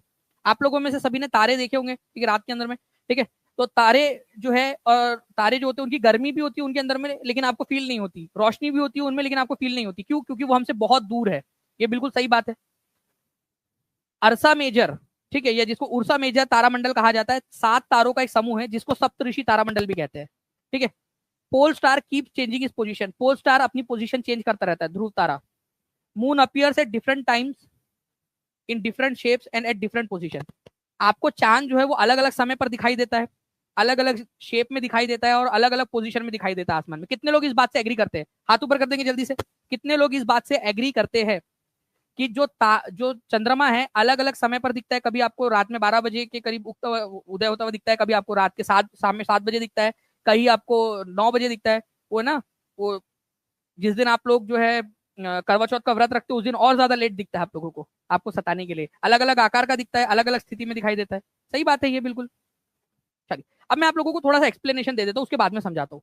आपने तारे देखे होंगे रात में, ठीक है, और मून वगैरह सब कुछ देखा होगा आपने रात में। रात में या दिन में जो भी आपको आसमान में चीजें दिखाई देती है, आसमान में पृथ्वी के अलावा जो भी चीजें दिखाई देती है आपको, वो सारी की सारी खगोलीय पिंड कहलाती है।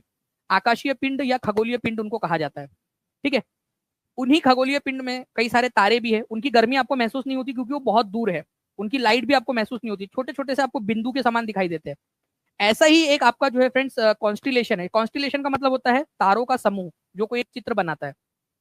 चम्मच के आकार का दिखाई देता है ये, ठीक है, 1 2, ठीक है, यहाँ पर में 3 4 5 6 और 7, ठीक है, यहाँ पर में ऐसे 7 तारों का यहाँ पर में ये समूह है, ठीक है, आप लोगों का। ओके, और यहाँ पर में ये पोल स्टार को भी दर्शाने का काम करता है आप लोगों का। तो सप्त ऋषि जो है फ्रेंड्स आप लोगों को याद रखना है, उर्सा मेजर या सप्त ऋषि तारामंडल जो है ये 7 तारों का समूह है, जो कि ठीक है सप्त ऋषि तारामंडल भी कहलाता है, ठीक है, सप्त ऋषि भी इसको कहते हैं। इसके नीचे वाले जो दो तारे हैं, जो नीचे वाले 2 तारे हैं इसके, इन दोनों की मदद से, इन दोनों को अगर आप ज्वाइन करोगे और ऐसा सीधा देखोगे तो यहाँ पर मैं आपको पोल स्टार दिखाई देगा, जो हमेशा नॉर्थ डायरेक्शन में ही रहता है, हमेशा always remain in the same position in the sky, ठीक है। जो ध्रुव तारा है, ठीक है, उसी को उत्तरी तारा भी कहा जाता है, क्योंकि वो उत्तर दिशा बताता है, हमेशा एक ही स्थिति में रहता है वो, हमेशा। रात में कभी खो जाओ तो ऐसे सप्तऋषि तारामंडल से 1 2 3 4 5 6 7 ये 7 तारों की मदद से, ठीक है, आप क्या कर सकते हो, ये पोजीशन ऐसे बना सकते हो। इसको देखना, यहाँ पर मैं एक तारा दिखाई देगा, जो भी दिशा दिख रही है वो नॉर्थ डायरेक्शन है, सिंपल, ठीक है। कितने लोगों की इच्छा है, ठीक है, ठीक है, कितने लोगों ने जो है सब कभी ना कभी आसमान के अंदर में जो है ये पोल स्टार देखा है? नहीं देखा है तो देखने की कोशिश करना, ठीक है, और फिर मुझे बताना कि सर मिला करके पोल स्टार। रात में कहीं ना कहीं अगर आप गाँव वगैरह जाओ ना तो उधर साइड में आपको अच्छे से दिखाई देगा ये। तो अब इस क्वेश्चन का आंसर आप लोग करो। मैं चाहता हूँ हर एक बच्चा आंसर करे, कमेंट के अंदर में आंसर करे, यहाँ पर में हर एक बच्चा, 1100 से ज्यादा बच्चे देख रहे हैं, जल्दी जल्दी से फ्रेंड्स, हर बच्चा आंसर करेगा, अपने मन से आंसर करिए सभी लोग। देखो आप लोगों की ये जो क्लास है ना, ये आप लोगों को केवल मतलब सिर्फ लेक्चर, ठीक है, जग एंड मग वाली क्लास नहीं होंगी ये। जग एंड मग का मतलब होता है आप लोगों के कि हम केवल, मैं आपको जो है नॉलेज देता जा रहा हूँ, आपको एक्टिविटी करनी है। आंसर करिए यहाँ पर में क्या होगा आंसर। आपका पोल चैट रेट बढ़ गया है एकदम से, सभी लोग आंसर कर रहे हैं। बिल्कुल, ये आपकी बहुत सारे एग्जाम्स में काम आएगा, और टीचिंग परीक्षा आप लोगों की जो आने वाली केवीएस है उसके लिए प्रतिबद्ध है, आप लोगों के बेहतरीन जो है तैयारी के साथ सिलेक्शन के लिए, DSSB के लिए भी। तो सभी बच्चे टीचिंग परीक्षा का एप्लीकेशन जरूर डाउनलोड करेंगे। देखिए, we do not feel heat and light for countless twinkling star, क्योंकि वो बहुत दूर है, सही बात है ये। आपका उर्सा मेजर जो है उसको सप्तऋषि भी कहा जाता है, सही बात है। पोल स्टार जो है वो चेंज होता रहता है, गलत नहीं होता, ठीक है। बदलता रहता है क्या? नहीं बदलता, बदलता नहीं है, तो ये गलत हो जाएगा। मून जो है वो अलग अलग पोजीशन में दिखता है, ये सही है। तो ए बी और डी, ए बी डी मतलब ऑप्शन नंबर यहाँ पर पहला वाला सही है आपका, बहुत बढ़िया, कॉन्ग्रेचुलेशन सभी को जितने भी लोगों ने सही आंसर दिया है अभी। नाउ अब देखिए फ्रेंड्स, एक प्रैक्टिस क्वेश्चन आप लोगों के लिए, जल्दी इसका आंसर करेंगे अब सभी लोग। प्रैक्टिस क्वेश्चन आप लोगों का, चंद्रमा पृथ्वी के चारों ओर जब तक अपना एक चक्कर लगाता है पृथ्वी की ओर, ये पृथ्वी है, ये चंद्रमा है, जब एक चक्कर लगाता है तो अपना खुद के कितने चक्कर लगाता है उतने समय में? एनसीईआरटी बेस्ड क्वेश्चन है, बताइए। जब वो खुद का एक चक्कर लगा, जब वो पृथ्वी का एक चक्कर लगा रहा है तो खुद के कितने चक्कर लगाएगा? खुद का भी एक ही चक्कर लगाएगा, मतलब पृथ्वी का एक चक्कर और खुद का एक चक्कर, ऐसे गोल चक्कर लगाने में उसको सेम समय लगता है, तो एक ही चक्कर लगाएगा वो। पृथ्वी का चारों ओर एक चक्कर लगाने में और खुद का एक चक्कर लगाने में सेम समय लगता है, तो आंसर ऑप्शन नंबर सी होगा। कितने लोगों का ये कंसेप्ट क्लियर हो गया अभी? ठीक है, देखो एसएससी सीपीओ के अंदर में आया हुआ क्वेश्चन, इसीलिए बोल रहा हूँ कि अगर आपको DSSB में, केवीएस के अंदर में, सुपर टेट के अंदर में, बीपीएससी टीआरई में, एडब्ल्यूएस के अंदर में, ईएमआरएस के अंदर में अगर आपको सफलता चाहिए तो आपको जो है फ्रेंड्स टीचिंग परीक्षा के ऊपर में आप लोग भरोसा कर सकते हो, टीचिंग परीक्षा आपको सफलता तक पहुंचाएगा, ठीक है, क्योंकि हर एक तरीके से आप लोगों की जो है फ्रेंड्स यहाँ पर में क्वेश्चन को देखा जा रहा है। पृथ्वी से चंद्रमा का केवल एक ही भाग दिखाई पड़ता है, क्योंकि, जल्दी से बताएंगे आप सभी लोग। पृथ्वी से चंद्रमा का एक ही भाग दिखाई देता है, क्योंकि, ठीक है। ख्याति द्वारकादास जी, आपकी सक्सेस किट भी रेडी हो चुकी है, बहुत जल्दी मिल जाएंगी। 886 बच्चों ने लाइक कर दिया है, 1000 लाइक्स के हम लोग बहुत पास में हैं। हर एक बच्चा जो यहाँ पर में जुड़ा हुआ है जल्दी जल्दी से अपना वो योगदान भी देता रहेगा लाइक के अंदर में भी।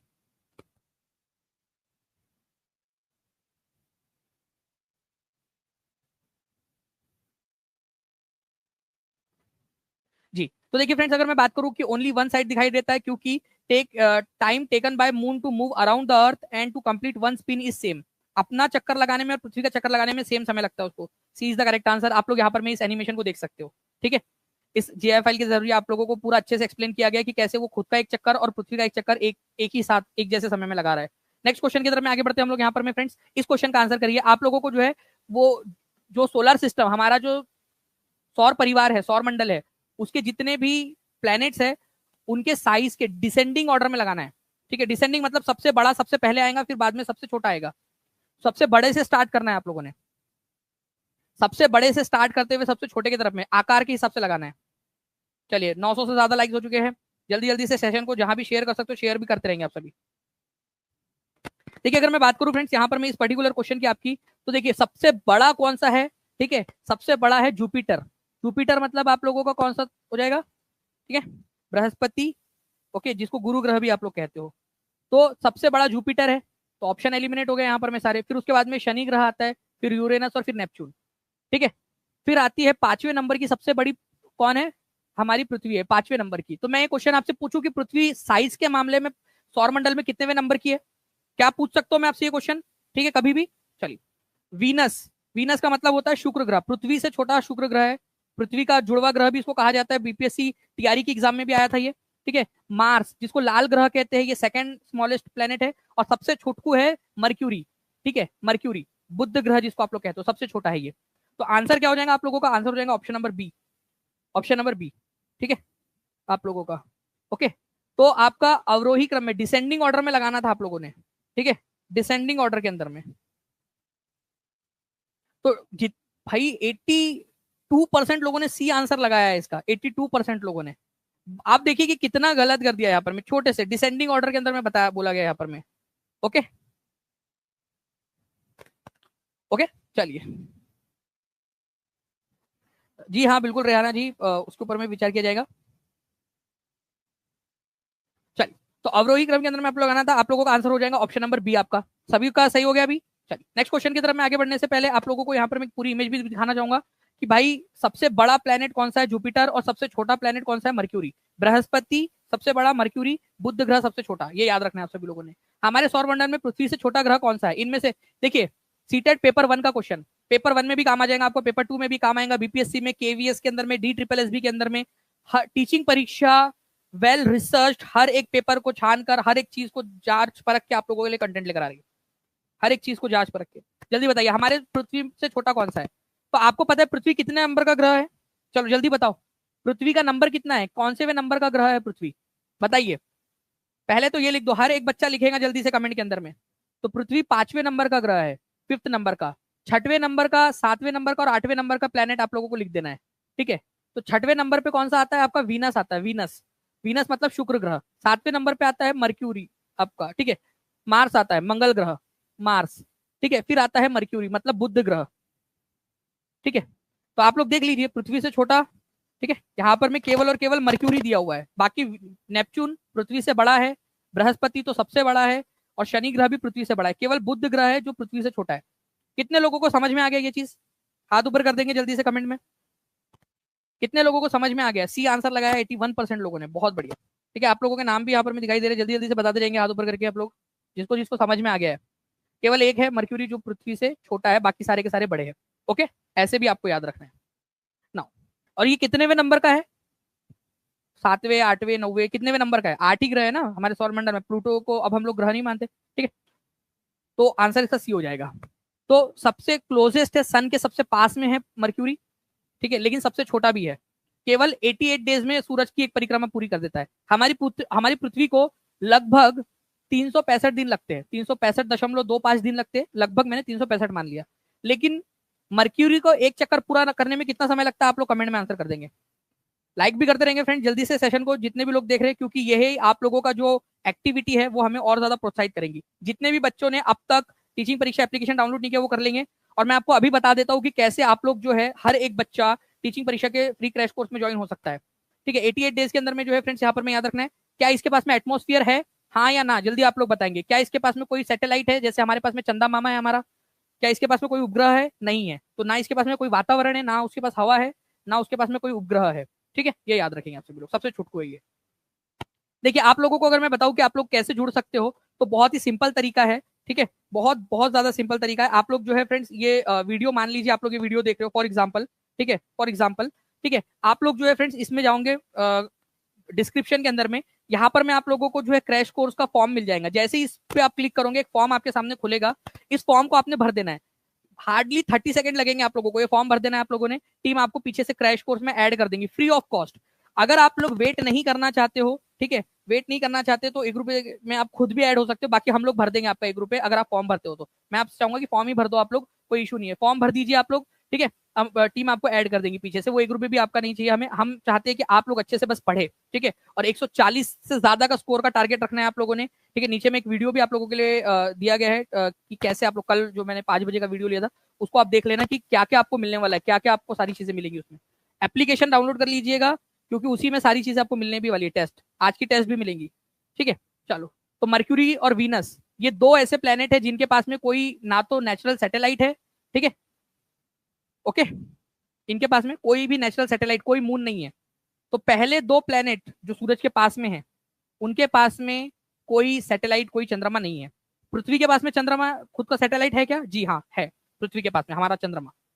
अच्छा चलिए ये बताइए आप लोग, इसके अंदर में ये भी क्वेश्चन बड़ा इंटरेस्टिंग सा क्वेश्चन है। बताइए इस क्वेश्चन का आंसर क्या होगा? कौन सा वाला इसमें से गलत है ये बताना है आप लोगों ने।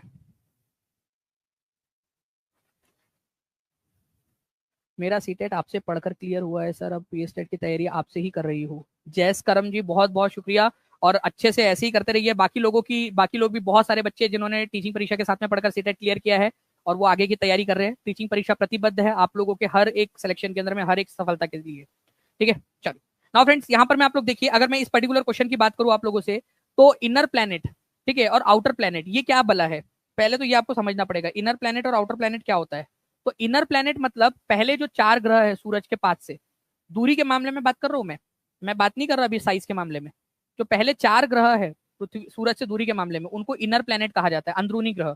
और बाद के जो 4 ग्रह है बड़े वाले, ठीक है, 4 ग्रह, उनको आउटर प्लैनेट कहा जाता है, ठीक है। तो आप लोग इसको यहां से समझिए, यहाँ इस पर्टिकुलर इससे देखिए, ये जो है आपके पहले, ठीक है, ये आप लोग जो देख पा रहे हो, ठीक है, ये जो पहले 4 ग्रह है कौन कौन से है आप देख पा रहे होंगे। मर्क्यूरी, ठीक है, ये बुध ग्रह है आपका, बुध ग्रह। ये है वीनस ग्रह, वीनस। मैं टीम से रिक्वेस्ट करूंगा कि प्लीज वो बॉटम बार हटा दीजिए थोड़ी देर के लिए, ठीक है। अर्थ है यहाँ पर में हमारी 3rd नंबर पे सूरज से दूरी के मामले में, ये सूरज से दूरी के मामले में की बात कर रहा हूँ मैं। यहाँ सूरज है मान लो हमारा, ठीक है। उसके बाद में फिर 4थे नंबर पे मार्स है। इनको कहा जाता है आंतरिक ग्रह, इनर प्लैनेट्स। ये सूरज के पास है और ये रॉक से, चट्टानों से बने हुए हैं। मतलब इस पर आप खड़े रह सकते हो, जैसे पृथ्वी पर आप खड़े हो ना भी, यहाँ पर मैं आप देखो, यहाँ पर मैं आप ये खड़े हुए हो पृथ्वी के ऊपर में, या आप मोबाइल लेकर मस्त पे मेरा लेक्चर देख रहे हो, बैठे हुए हो, सोए हुए हो, जो भी कर रहे हो, कुछ ना कुछ तो कर रहे हो, ठीक है। मंगल ग्रह पे भी आप खड़े रह सकते हो। लेकिन अगर मैं बात करूं ये इन ग्रहों की, ये वाले जुपिटर, सैटर्न, यूरेनस, नेपच्यून, इनकी, तो ये बृहस्पति, शनि, अरुण, वरुण, ये जो है ऐसे ग्रह है आप लोगों के जो गैस से बने हुए हैं, बड़े आकार के हैं। आउटर प्लेनेट इनको कहा जाता है, इनको कहा जाता है बाह्य ग्रह। सूरज से दूर है, बड़े आकार के, और गैस और तरल पदार्थों से बने। इस पर आप खड़े नहीं रह सकते। अगर आप बोलोगे कि सर मैं जुपिटर पर जाकर आपका लेक्चर देखूं क्या, नहीं, आप जो है यहाँ से गिर जाओगे। मान लो कि आपका फोन, इमेजिन करो ये आपका फोन है और मैंने जुपिटर के अंदर में डाल दिया, तो ये अंदर जाता जाएगा और इतना प्रेशर होगा यहाँ पर में, वो गैस, तरल पदार्थ, गैस और तरल पदार्थ में कन्वर्ट हो जाएगा। आपका फोन, जो आपका डेटा है, आपकी मेमोरी है, आपकी ये पाउट करती हुई फोटो, सब चली जाएंगी उसमें, ठीक है। तो इस पर आप खड़े नहीं रह सकते, गैस और तरल पदार्थों से बने हुए हैं। ये बाह्य ग्रह है, ठीक है। इनके पास में छल्ले है, रिंग्स है इनके पास में, ये भी याद रखना आप लोगों ने, ओके। इन पर खड़ा नहीं रहा जा सकता।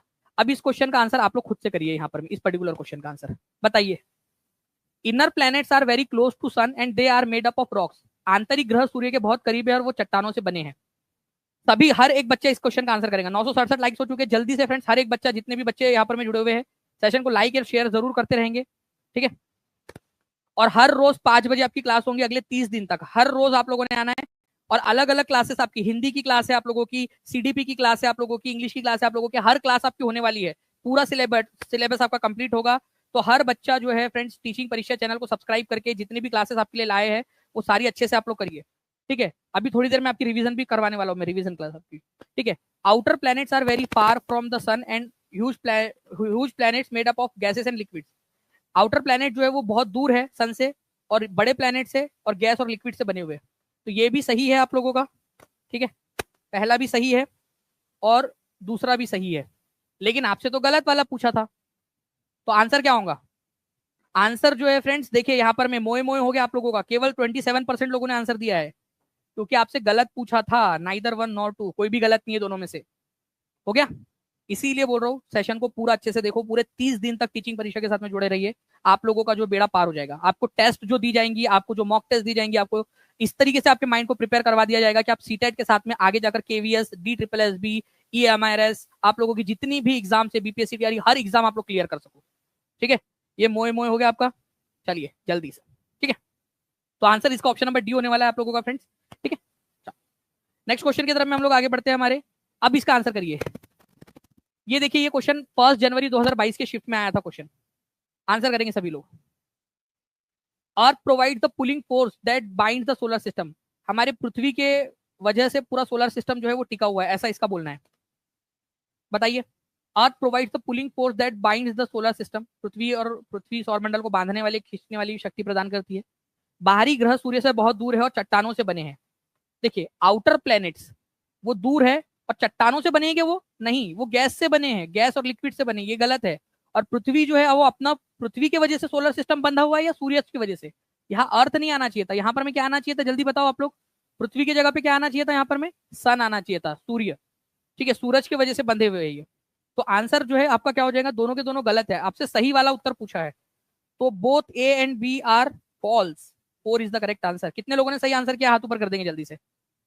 992 लाइक्स हो चुके हैं फ्रेंड। जल्दी से हर एक बच्चा अपना अपना योगदान यहाँ पर मैं देता रहेगा। जहां शेयर कर सकते हो, टेलीग्राम, फेसबुक, व्हाट्सएप, इंस्टाग्राम, हर जगह पे जल्दी से शेयर कर दीजिए। ठीक है, तो आंसर हो गया आपका ऑप्शन नंबर 4। दोनों के दोनों गलत है। 55% लोगों ने सही आंसर दिया था। ठीक है, दोनों के दोनों गलत है। D is the correct answer. तो सेंटर क्या है सोलर सिस्टम का? केंद्र वो सूरज है। सौरमंडल का केंद्र सूरज है, ये याद रखना। एक बहुत बड़ा सितारा है, इसी की शक्ति की वजह से, इसी की ग्रेविटी की वजह से पूरा सोलर सिस्टम बंधा हुआ है।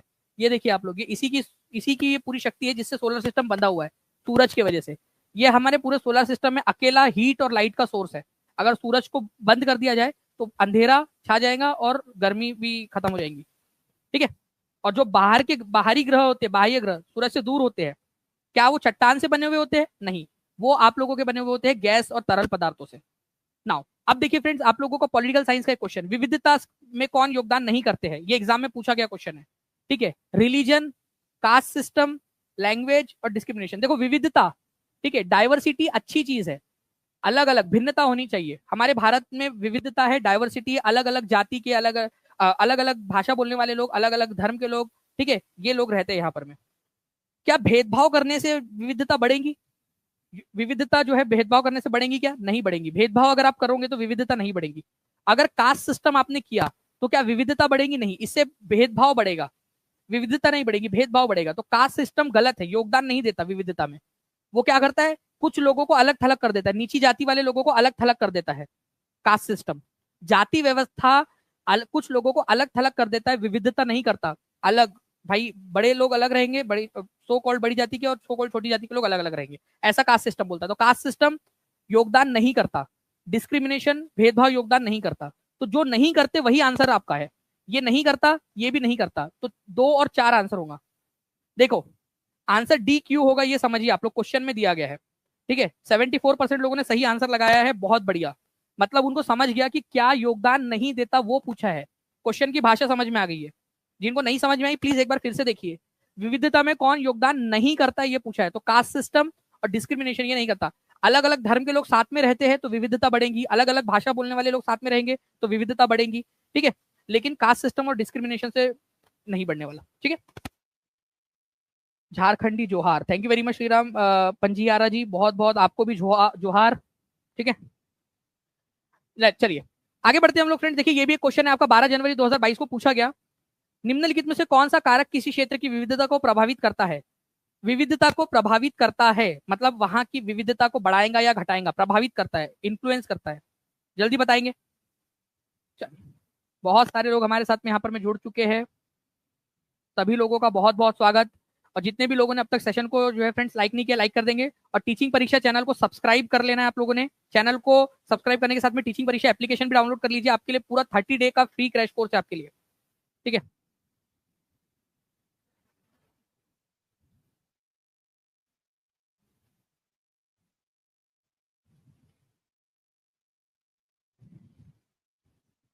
चलिए अभी अभी थोड़ी देर के अंदर में आप लोगों के साथ में फ्रेंड्स मैं आपको पूरा का पूरा जो है आप लोगों के साथ में रिवीजन करवाने वाला हूँ आप लोगों की। तो रिवीजन में भी आप लोग देखिए, different eating and clothing habits, अलग अलग खाने की खान पान और पहनावे की आदतें।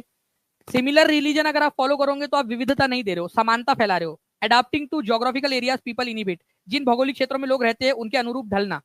मतलब अगर आप पहाड़ी क्षेत्र में गए तो पहाड़ी लोगों के अनुरूप ढल जाओ। अरे तो फिर विविधता कहाँ रहेंगी वहां पर में, एक जैसे लोग हो जाएंगे। मतलब यहाँ पर मैं गया पहाड़ों के अंदर में, ठीक है, वहां पर मैं पहाड़ी लोगों जैसे ही रहने लगा, वहां पर मैं उनके जैसा एकला चलोरे वाला काम करने लगे अपन, ठीक है, तो उनके ही जैसा हो जाऊंगा। विविधता कहाँ रहेंगी? विविधता कब बढ़ेंगी? अगर मैं उनके एरिया में गया और अपने ही कल्चर को वहां पर मैं, मतलब जो अपन रहते हैं, ठीक है, वैसे ही रहने लगा, तो विविधता वहां बढ़ेगी। तो अडाप्ट अगर मैंने कर लिया वहां के लोगों को, वही वैसा ही बन गया, तो विविधता कहाँ से आएंगी आपकी? तो different eating and clothing habits जो है ये विविधता लाती है। अलग अलग प्रकार के लोग हैं, ठीक है, कोई इडली लेकर आ रहा है स्कूल के अंदर में, कोई ढोकला लेकर आ रहा है, कोई जो है वो लिट्टी चोखा लेकर आ रहा है, और क्या क्या लेकर आ सकते हैं आप लोगों के इलाके का कौन सा वाला खाना है जल्दी से बताइए कमेंट में, सबसे फेमस खाना, ठीक है, वो लेकर आ रहा है। तो ये जो है फ्रेंड्स आपका जो है प्रभावित करेगा, ठीक है, ये याद रखना आप लोगों ने। 12 जनवरी 2022 का क्वेश्चन है, अभी आपको समझ में आ गया होगा। तो भिन्न खान पान और अलग अलग कपड़ों की आदतें, अलग अलग धर्म, अलग अलग भाषा बोलने वाले लोग विविधता को बढ़ावा देते हैं, ठीक है।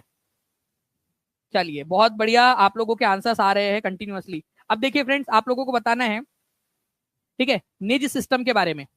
देखो नील की खेती करने के दो प्रकार की प्रणालियां होती है, ठीक है, निज सिस्टम, ठीक है।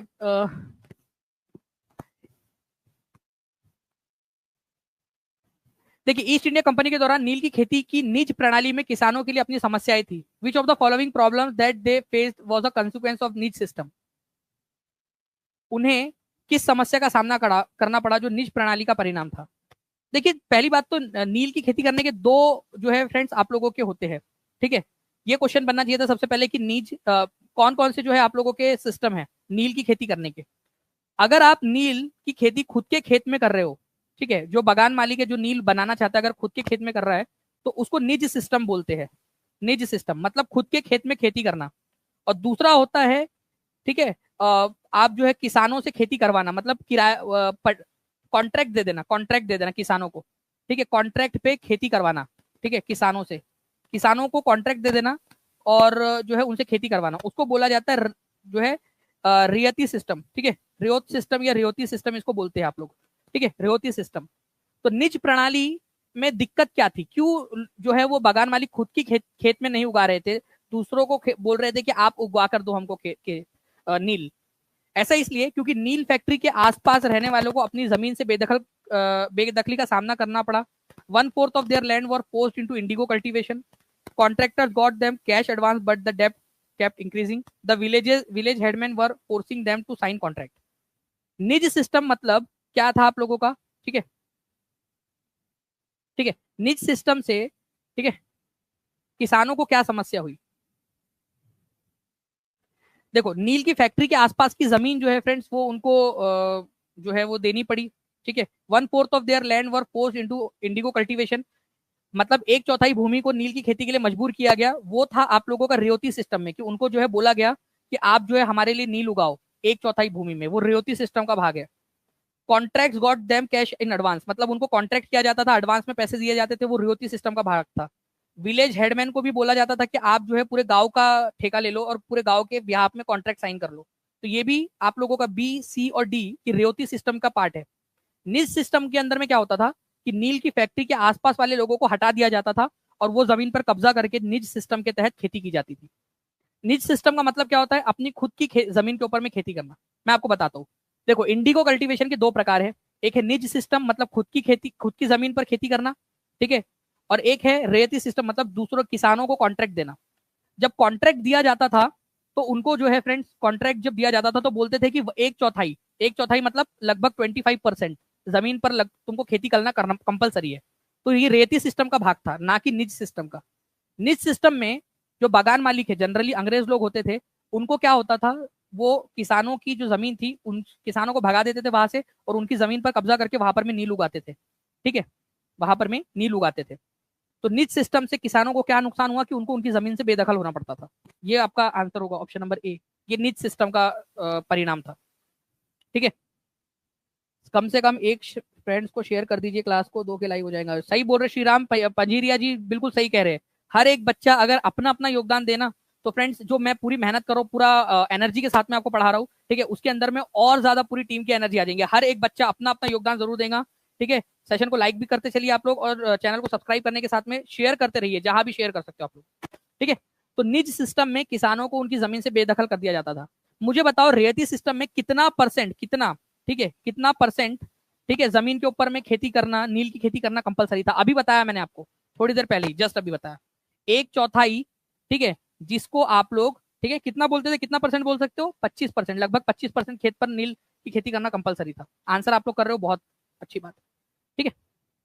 नाउ, निम्नलिखित में से कौन सा काल मानव इतिहास का सबसे लंबा पाषाण युग माना जाता है?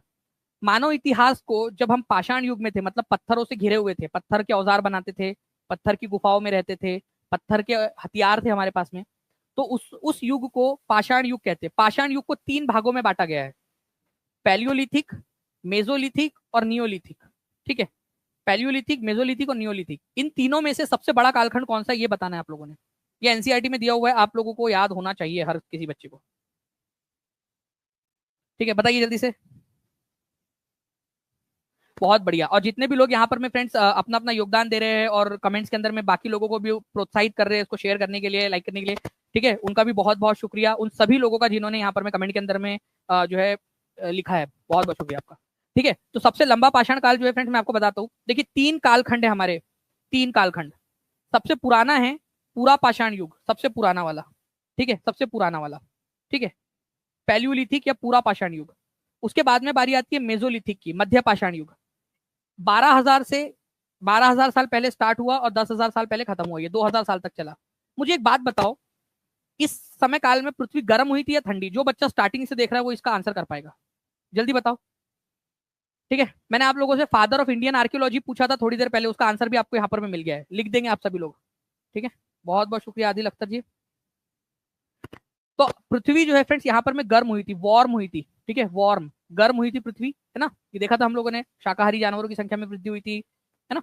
चलिए, तो मेसोलिथिक और नियोलिथिक, इन तीनों में से सबसे लंबा कालखंड जो इंसानों ने बिताया है वो 99% जो समय काल है, लॉन्गेस्ट पीरियड है, वो है पैलियोलिथिक एज का, सबसे लंबा कालखंड। ये बार बार आया हुआ क्वेश्चन है। इन 3 प्रागैतिहासिक काल में, या जिसको स्टोन एज या पाषाण युग कहा जाता है, उसको 3 भागों में बांटा गया है, पैलियोलिथिक, मेसोलिथिक, नियोलिथिक, ठीक है। इन तीनों में भी जो सबसे लंबा कालखंड रहा है वो पैलियोलिथिक कालखंड रहा है, पूरा पाषाण युग। उसको इतना बड़ा है कि उसको और 3 भागों में बांटना पड़ता है, लोअर, मिडल और अपर पैलियोलिथिक। वो अभी आपके काम का नहीं है, ठीक है। आपको यह याद रखना है, पैलियोलिथिक एज सबसे लंबा कालखंड था, ठीक है। 2 मिलियन ईयर्स, मतलब 20 लाख साल पहले से लेकर 12,000 साल पहले तक ये कालखंड था, इतना लंबा कालखंड। फादर ऑफ इंडियन आर्कियोलॉजी किसको कहा जाता है? भारतीय पुरातत्व का जनक किसको कहा जाता है? ये एचटेट की एग्जाम के अंदर में आया था क्वेश्चन, इसको याद रखेंगे आप लोग। जल्दी से सभी लोग कमेंट में आंसर कर दीजिए, इनका नाम लिख दीजिए, फादर ऑफ इंडियन आर्कियोलॉजी, हर कोई लिखेगा जल्दी से। चलिए नेक्स्ट क्वेश्चन की तरफ में आगे बढ़ते हैं फ्रेंड्स हम लोग। निम्नलिखित में से कौन सा भारत का पूरा पाषाणिक काल स्थल नहीं है? देखो, पैलियोलिथिक, हर ये जो थे ना आपके, ठीक है, ये सारे के सारे पैलियोलिथिक समय काल के अंदर में कुछ जगह मिली है जहां पर में लोग रहा करते थे। मेजोलिथिक, मध्य पाषाण काल के अंदर में कुछ लोग अलग अलग जगहों पे रहा करते थे, इनकी कुछ जगह मिली है हमको। नियोलिथिक की कुछ जगह मिली है। पैलियोलिथिक काल में लोग कहाँ रहा करते थे, कहाँ कहाँ पर में, कौन कौन सी जगह मिली है, उनमें से कौन सा एक स्थल नहीं है, ये पूछा है आपसे, ठीक है, पैलियोलिथिक साइट नहीं है।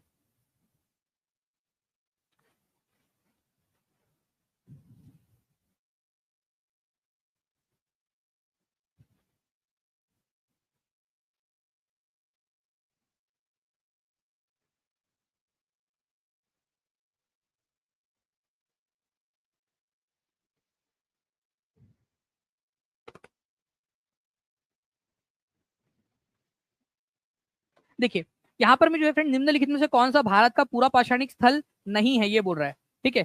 भीमबेटका, हुंसगी, बेलन घाटी या बराबर केव्स। ये देखिए, बराबर की जो गुफाएं है ना फ्रेंड्स, ये अशोका के समय काल के अंदर में, अशोका के समय काल के अंदर में दान में दी गई थी, किसको, ठीक है। अब अशोका का समय काल जो है वो आपका पूरा पाषाण काल तो है नहीं, या फिर कोई ऐसा काल तो है नहीं कि भाई जब नंगू पुंगू लोग जो है वो घुमा करते थे पत्थरों के अंदर में, पत्थरों की गुफाओं में रहा करते थे, ठीक है। तो बराबर की जो गुफाएं है ये बिहार के अंदर में है, अशोका के समय में दान में दी गई थी। एक पंथ था, ठीक है, जिसको आजीविका पंथ कहते हैं, आजीविका पंथ, आजीविका पंथ, ठीक है, उसके लोगों को दी गई थी यहाँ पर में, ठीक है, दान में। तो ये कोई आप लोगों की पुरा पाषाण काल की गुफाएं नहीं है। बाकी भीमपेट का, हुंसगी और बेलन घाटी उत्तर प्रदेश की, ये तीनों के तीनों जो है फ्रेंड्स आप लोगों की पूरा पाषाण काल की गुफाएं है, ठीक है, पूरा पाषाण काल की गुफाएं, यहाँ पर में लोग रहा करते थे।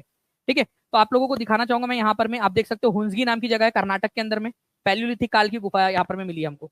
कुरनूल नाम की जगह है आंध्र प्रदेश में, ये भी पूछते कौन सी जगह कहाँ पर में है। ठीक है, हुंसगी कर्नाटक में, कुरनूल आंध्र प्रदेश के अंदर में, भीमबेटका ये तो बहुत बार आता है, जल्दी लिखो भीमबेटका कौन से राज्य में मिलेगा आपको। भीमबेटका आप लोगों को मिलेगा मध्य प्रदेश के अंदर में, बागोर राजस्थान में, पाटने महाराष्ट्र में, जहां पर मैं आपको शुतुरमुर्ग के अंडे के छिलके मिले हैं, बेलन घाटी उत्तर प्रदेश में। तो आज से करीब 2 मिलियन साल पहले सबसे लंबा जो समय काल था वो था पैलियोलिथिक समय काल, पूरा पाषाण युग। इसकी जो इंपॉर्टेंट जगह है जहां पर में लोग रहा करते थे, हमारे पूर्वज रहा करते थे, वो ये है। ठीक है, चलिए, तो भीमबेटका की गुफाएं, ठीक है, ये आप लोगों को मिली है मध्य प्रदेश के अंदर में। तो आंसर यहाँ पर में बराबर की गुफाएं हो जाएगा। बराबर की गुफाएं अशोका के समय काल के अंदर में आजीविका पंथ को दान में दी गई थी। नेक्स्ट क्वेश्चन की तरफ में आगे बढ़ते हैं फ्रेंड्स। आप लोगों का देखिए ये क्वेश्चन आपका जो है पेडागोजी का क्वेश्चन। मैंने आप लोगों से कहा था कि आपको सारे के सारे पॉइंट्स एस्पेक्ट कवर करेंगे, पूरा का पूरा सिलेबस कवर करेंगे हम लोग। तो पेडागोजी का क्वेश्चन आप लोगों के लिए, जल्दी बताइए इसका आंसर क्या होगा।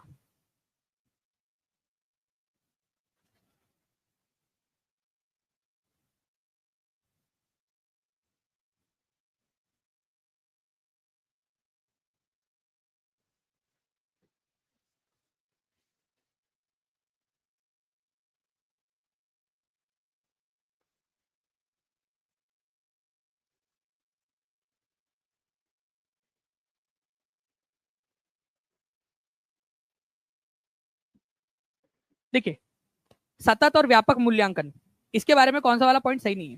ठीक है, कॉम्प्रिहेंसिव कंटिन्यूअस कॉम्प्रिहेंसिव इवेल्युएशन, ठीक है, जिसको आप लोग सीसीई कहते हो। ठीक है, बताइए। तो देखिए, अगर मैं सीसीई की बात करूं फ्रेंड्स आप लोगों की, तो सीसीई के बारे में आप लोगों को पता है कि ये आप लोगों का 2009 के अंदर में सीबीएसई के द्वारा प्रस्तुत किया गया था। तो सीसीई कब प्रस्तुत किया गया था ये आप लोगों का फ्रेंड्स मैं आपको बता दूं, केवीएस के अंदर में और DSSB के अंदर में भी आपसे पूछा जा सकता है, पीआईटी के अंदर में। ठीक है, तो याद रखना है कि 2009 में प्रस्तुत किया गया था, किसके द्वारा, सीबीएसई के द्वारा। ठीक है, ओके, तो सीबीएसई जो है आप लोगों का, उसके द्वारा इसको प्रस्तुत किया गया था, ये याद रखेंगे आप लोग, सीबीएसई के द्वारा। ठीक है, इसकी क्या विशेषता नहीं है, कंटिन्यूअस कॉम्प्रिहेंसिव इवेल्युएशन, सतत और व्यापक मूल्यांकन कहता है कि मूल्यांकन जो है आपका, जब भी आप बच्चे का मूल्यांकन कर रहे हो तो ये टीचिंग लर्निंग का ही भाग होना चाहिए। मतलब ऐसा नहीं कि अलग से, जब मैं आपको पढ़ा रहा हूं तभी मैं आपसे सवाल भी पूछ रहा हूँ कि नहीं पूछ रहा हूँ, आप लोग बताइए हाँ या ना, यस और नो में जवाब दीजिए। मैं आपसे सवाल भी पूछ रहा हूँ, तो टीचिंग लर्निंग का ही भाग होना चाहिए। ऐसा नहीं कि आप जो पहले पढ़ा दो फिर बाद में जो है इवेल्युएट करो, नहीं, पढ़ाते पढ़ाते ही बच्चों से पूछो, पढ़ाते पढ़ाते ही बच्चों का जो है टेस्ट ले लो, उससे सही तरीके से जो है बच्चों को समझ में आता है कि कितना उनको आ रहा है, कितना नहीं आ रहा है, कितना वो पढ़ पा रहे, कितना नहीं पढ़ पा रहे। तो ये एक तरीका है, सही बात है, 2009 में आया था, ये भी याद रखना है आप लोगों को, सीबीएसई के द्वारा। ये ऑल राउंड डेवलपमेंट पे फोकस करता है, मतलब कि बच्चे का ओवरऑल डेवलपमेंट होना चाहिए। ठीक है, बच्चे का पढ़ाई लिखाई में भी डेवलपमेंट होना चाहिए, और बच्चे का जो है फ्रेंड्स मतलब स्कूलिस्टिक या शैक्षणिक विकास भी होना चाहिए, और सह शैक्षणिक पहलुओं का भी विकास होना चाहिए। मतलब बच्चा जो है पढ़ाई लिखाई में भी अच्छा हो, और जो को होलिस्टिक या स्कूलिस्टिक जिसको एक्टिविटी कहते हैं, बाकी सारी चीजें खेल कूद में, ठीक है, और क्राफ्ट्स वगैरह सारी चीजों में भी बच्चे का विकास होना चाहिए। तो यह विद्यार्थियों के शैक्षणिक विकास के साथ में सह शैक्षणिक पहलुओं पर भी आकलन करता है। तो ये भी सही है, आपका ऑलराउंड डेवलपमेंट के ऊपर में करता है, मतलब बी और सी दोनों सही हो गए एक साथ ही। ठीक है, it focus on marks based evaluation, अंक आधारित, भाई बच्चों को मार्क्स देना है बच्चों को, नहीं ये नहीं करना है। अंक दोगे तो बस बच्चे का जो वर्क है वही दिखेगा कि कितने मार्क्स मिले बच्चे को। ठीक है, बच्चे को एक पेपर दिया आपने, बच्चे को 10 नंबर मिले, ठीक है, 20 में से, तो उसको 50% मिला, इतना ही डेवलपमेंट हुआ, नहीं। बच्चे का होलिस्टिक पूरा देखिए आप, अंक आधारित नहीं रखना है आप लोगों ने कि अंक दे रहे हैं बच्चे को आप, उतना नहीं। बच्चे का देखिए कि क्या वो कितना डेवलप कर रहा है, कितना सीखने की कोशिश कर रहा है, कितना विकास कर रहा है खुद का, ये सारी चीजें। ठीक है, तो आपसे पूछा है कौन सा वाला नहीं है, तो आंसर होगा ऑप्शन नंबर डी। कितने लोगों का सही था, हाथ ऊपर करके बता देंगे। ठीक है, अगर आप अंक आधारित दोगे तो बच्चे का विकास या बच्चे का मूल्यांकन सीमित हो जाएगा, ठीक है, लिमिटेड हो जाएगा। ठीक है, तो ये फोकस नहीं करता है मार्क्स के ऊपर में, ये आप लोगों को याद रखना है। तो कब आया था ये आप लोग बता देंगे जल्दी से। ठीक है, सतत और व्यापक मूल्यांकन, देखिए 2012 में भी आया हुआ क्वेश्चन, ये आप लोगों को ऑनलाइन शिफ्ट के अंदर में आया था, और ये देखिए 2012 के अंदर में भी आया था। सतत एवं व्यापक मूल्यांकन पर मुख्य रूप से ध्यान केंद्रित किया जाता है, कौन सी चीज पर ध्यान केंद्रित किया जाता है, continuous testing to improve the child, बच्चे के सुधार के लिए निरंतर परीक्षण, continuous observation of the behaviour of the child, education of head heart and hand, सिर हृदय और हाथ की शिक्षा, promoting weaker ineligible student to higher grade, कमजोर अयोग्य छात्रों को उच्च ग्रेड में पदोन्नत कर देना, ये तो नहीं है उसका। ठीक है, बताइए। देखिए आप लोगों का जो है ना फ्रेंड्स, ये सतत और व्यापक मूल्यांकन लाया ही इसलिए गया था, ठीक है, बच्चे को टेस्ट नहीं करना है आपने, बच्चे को ऑब्जर्व करना है आपने, ये याद रखना है आप लोगों ने, व्यवहार का अवलोकन करना है, टेस्ट नहीं करना है। ये आप लोगों का गलत है, टेस्टिंग गलत है। कई सारे बच्चे जो ए आंसर लगा रहे हैं उन लोगों का यहाँ पर में गलत हो गया। आपको टेस्ट नहीं करना है, कंटिन्यूअस। देखिए व्यापक तौर पर जब मूल्यांकन करते हो तो ऑब्जर्व करते हो आप बच्चे को, ठीक है, उसके बिहेवियर को, उसकी सारी चीजों को, पढ़ाई में कैसा है, खेलकूद में कैसा है, उसके आधार पर उसका मूल्यांकन कर रहे हो आप लोग। तो continuous observation of the behaviour of the child, ये इसका सही आंसर था। और ये क्वेश्चन जब आता है तो कई सारे बच्चे गलत करते हैं, क्यों? क्योंकि वो करते हैं टेस्टिंग नहीं, ऑब्जर्व करना है आपने। टेस्टिंग नहीं करनी है बच्चे की, ऑब्जर्व करना है बच्चे को, ताकि आप उसमें चेंज ला सके।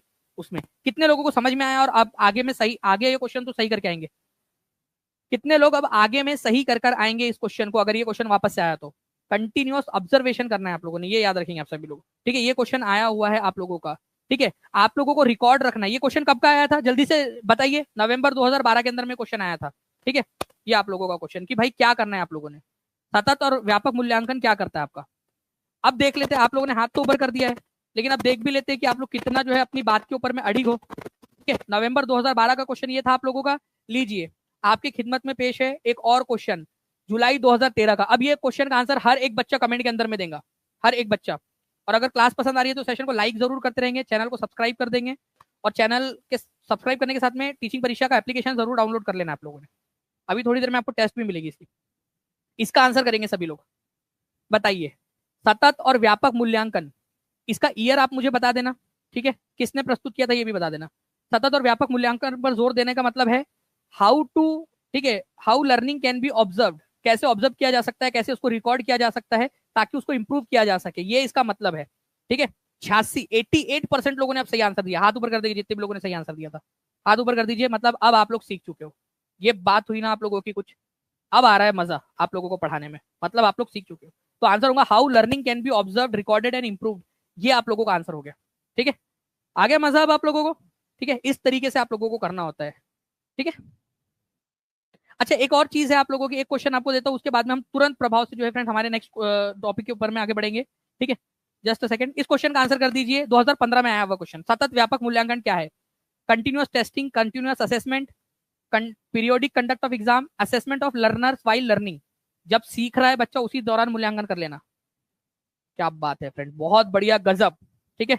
लाइक भी कर देंगे सेशन को जल्दी जल्दी से सभी लोग, और चैनल को सब्सक्राइब सभी ने कर लिया होगा, ये मेक श्योर कर लीजिए आप सभी, हर एक बच्चा, ठीक है। देखिए जब बच्चा पढ़ रहा है ना, जब सीख रहा है उसी समय लर्नर का असेसमेंट कर लेना, ये आप लोगों का सतत व्यापक मूल्यांकन का जो है बेसिक चीज है। कंटिन्यूअस असेसमेंट, कंटिन्यूअस टेस्टिंग नहीं, ठीक है।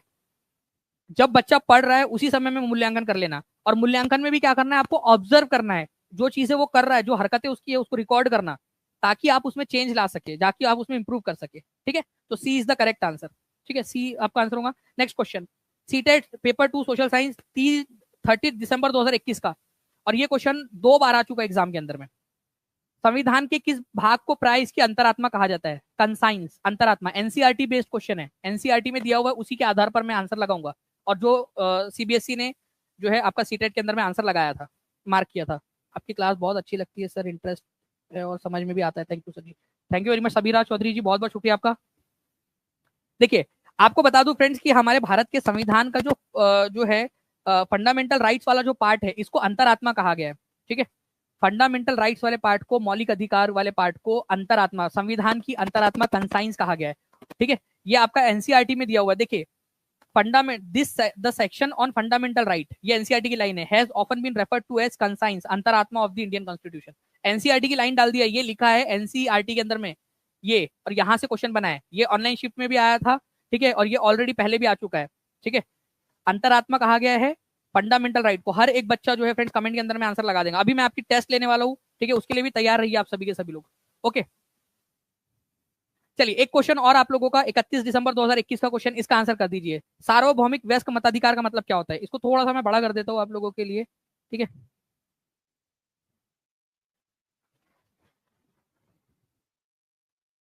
बता दीजिए, सार्वभौमिक वयस्क मताधिकार का मतलब क्या होता है, ये बता देंगे आप लोग?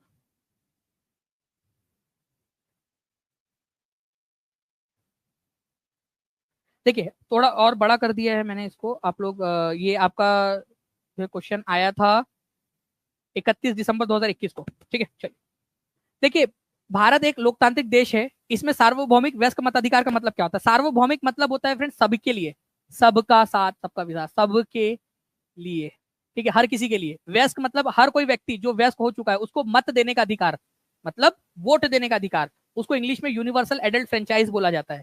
तो हर एक व्यक्ति जो एडल्ट हो चुका है, ठीक है, जो 18 साल से ऊपर का है, उसको वोट देने का अधिकार जो है फ्रेंड्स, उसको कहा जाता है आप लोगों का, ठीक है, सार्वभौमिक वयस्क मताधिकार। तो एवरी इंडिविजुअल जो 18 साल से ऊपर का है, ठीक है, उसको राइट टू वोट है, ठीक है, इरिस्पेक्टिव, मतलब कि बिना ये चीज देखे कि उसका सोशल स्ट्रक्चर क्या है, मतलब वो समाज में गरीब है अमीर है क्या है, बिना इकोनॉमिक देखे उसका, ठीक है, कौन सी जाति का है, बिना कुछ देखे, लड़का है लड़की है, बिना वो सब देखे उसको वोट देने का अधिकार है।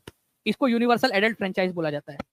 यूनिवर्सल एडल्ट फ्रेंचाइज की उम्र हमारे भारत में, देखो अब बहुत इंपॉर्टेंट वाला क्वेश्चन करा रहा हूँ, प्लीज इसको ध्यान रखिएगा। मैं हर एक बच्चे से चाहूंगा कि प्लीज एक जो है यहाँ पर मैं ध्यान दीजिए, बहुत इंपॉर्टेंट वाली बात बता रहा हूँ। देखिए, जब हमारा संविधान लागू हुआ था, ठीक है, मैं टीम से रिक्वेस्ट करूंगा कि अभी कोई भी एडिट ना करे प्लीज, ठीक है। देखिए मैं आपको बता दूं फ्रेंड्स कि जब हमारा संविधान लागू हुआ था, ठीक है, 26 जनवरी 1900, ठीक है, 26 जनवरी 1950 को, ठीक है, उस समय हमारे भारत की जो यूनिवर्सल एडल्ट फ्रेंचाइज की एज थी वो थी 21 साल, 21 ईयर, ठीक है, 21 ईयर्स, मतलब 21 साल से अगर आप बड़े हो, ठीक है, तो आप वोट दे सकते हो। लेकिन 21 साल से घटाकर इसको कब किया गया, ये आप लोगों को बताना है। 21 साल से घटाकर 18 साल कर दिया गया यूनिवर्सल एडल्ट फ्रेंचाइज की उम्र।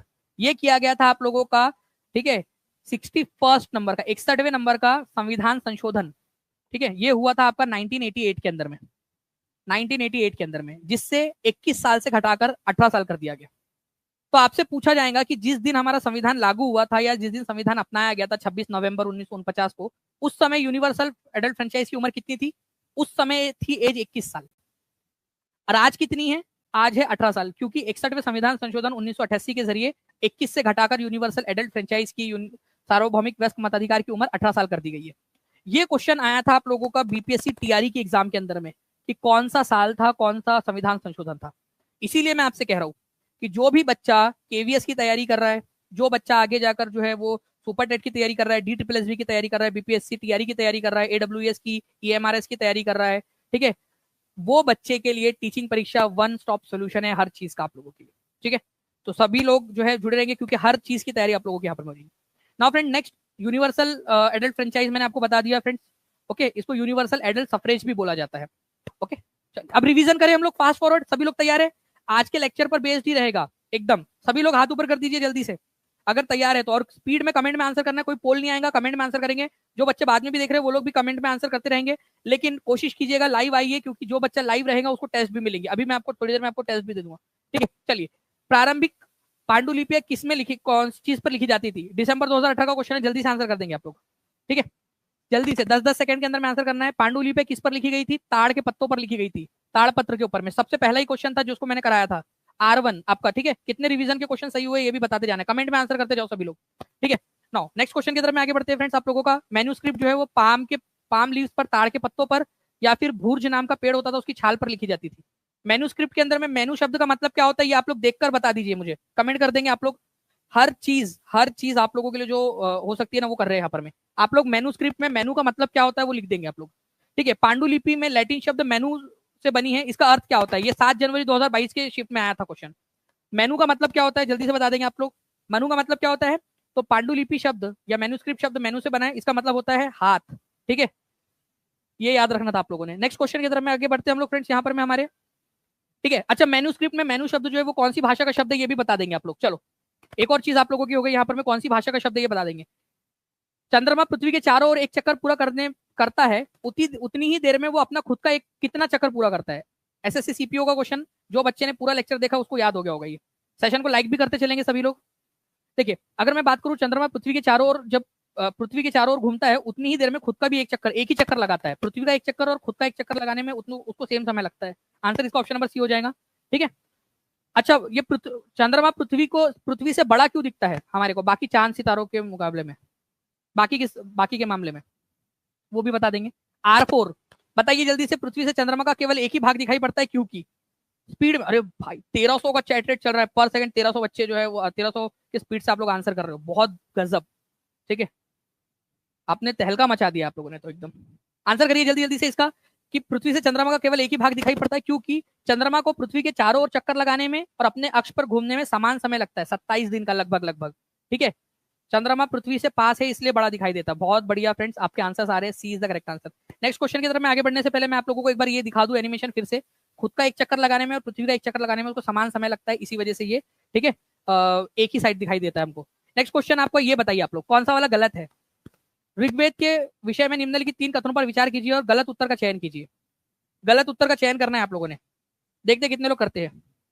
सर आप सबको लैपटॉप चाहिए, बिल्कुल देखते कितने लोग जो है यहाँ पर मैं लैपटॉप ले पाते हैं, सभी लोग बताइए जल्दी जल्दी से इसका आंसर। ऋग्वेद के विषय में निम्नलिखित में से कौन सा वाला कथन गलत उत्तर का चयन करना है। यह 3500 वर्ष पूर्व लिखा गया था, ठीक है, इसकी रचना प्राकृत में की गई थी, इसमें 1000 से अधिक सूक्त है।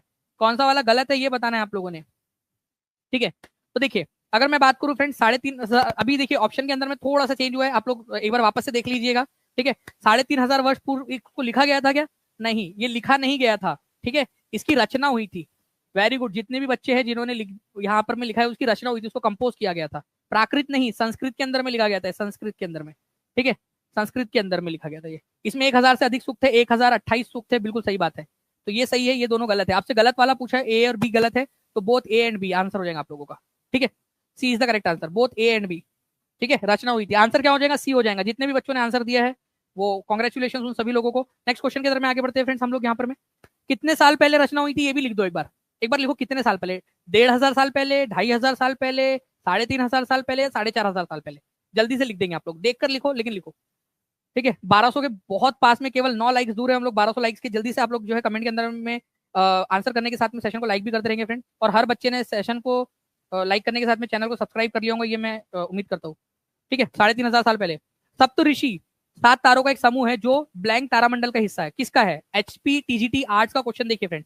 सप्त ऋषि 7 तारों का जो है समूह है, जिसको हम लोग क्या बोलते हैं, उर्सा मेजर। ये याद रखना है आप लोगों ने, उर्सा मेजर, ये याद रखना है आप लोगों ने, उर्सा मेजर इसको कहा जाता है, ये याद रखेंगे आप सभी लोग। इंपॉर्टेंट पॉइंट है, एग्जाम के अंदर में पूछा जाता है। अभी थोड़ी देर पहले मैंने आप लोगों को कराया था, ठीक है, इससे रिलेटेड कि सप्त ऋषि 7 तारों का समूह है, उसको क्या बोलते हैं, उर्सा मेजर बोलते हैं आप लोग। ये देखिए यहाँ पर में ये 7 तारे हैं, 1 2 3 4 5 6, ठीक है, 1 2 3 4 5 6 7, ये 7 तारे, इसको क्या कहा जाता है, उर्सा मेजर, ठीक है। इसके मदद से आप लोग पोल स्टार को फाइंड आउट कर सकते हो। नीचे वाले जो नीचे के 2 तारे उससे एक सीधी रेखा बनाओ, ठीक है, आपको पोल स्टार मिल जाएगा सीधी रेखा में, सप्तऋषि।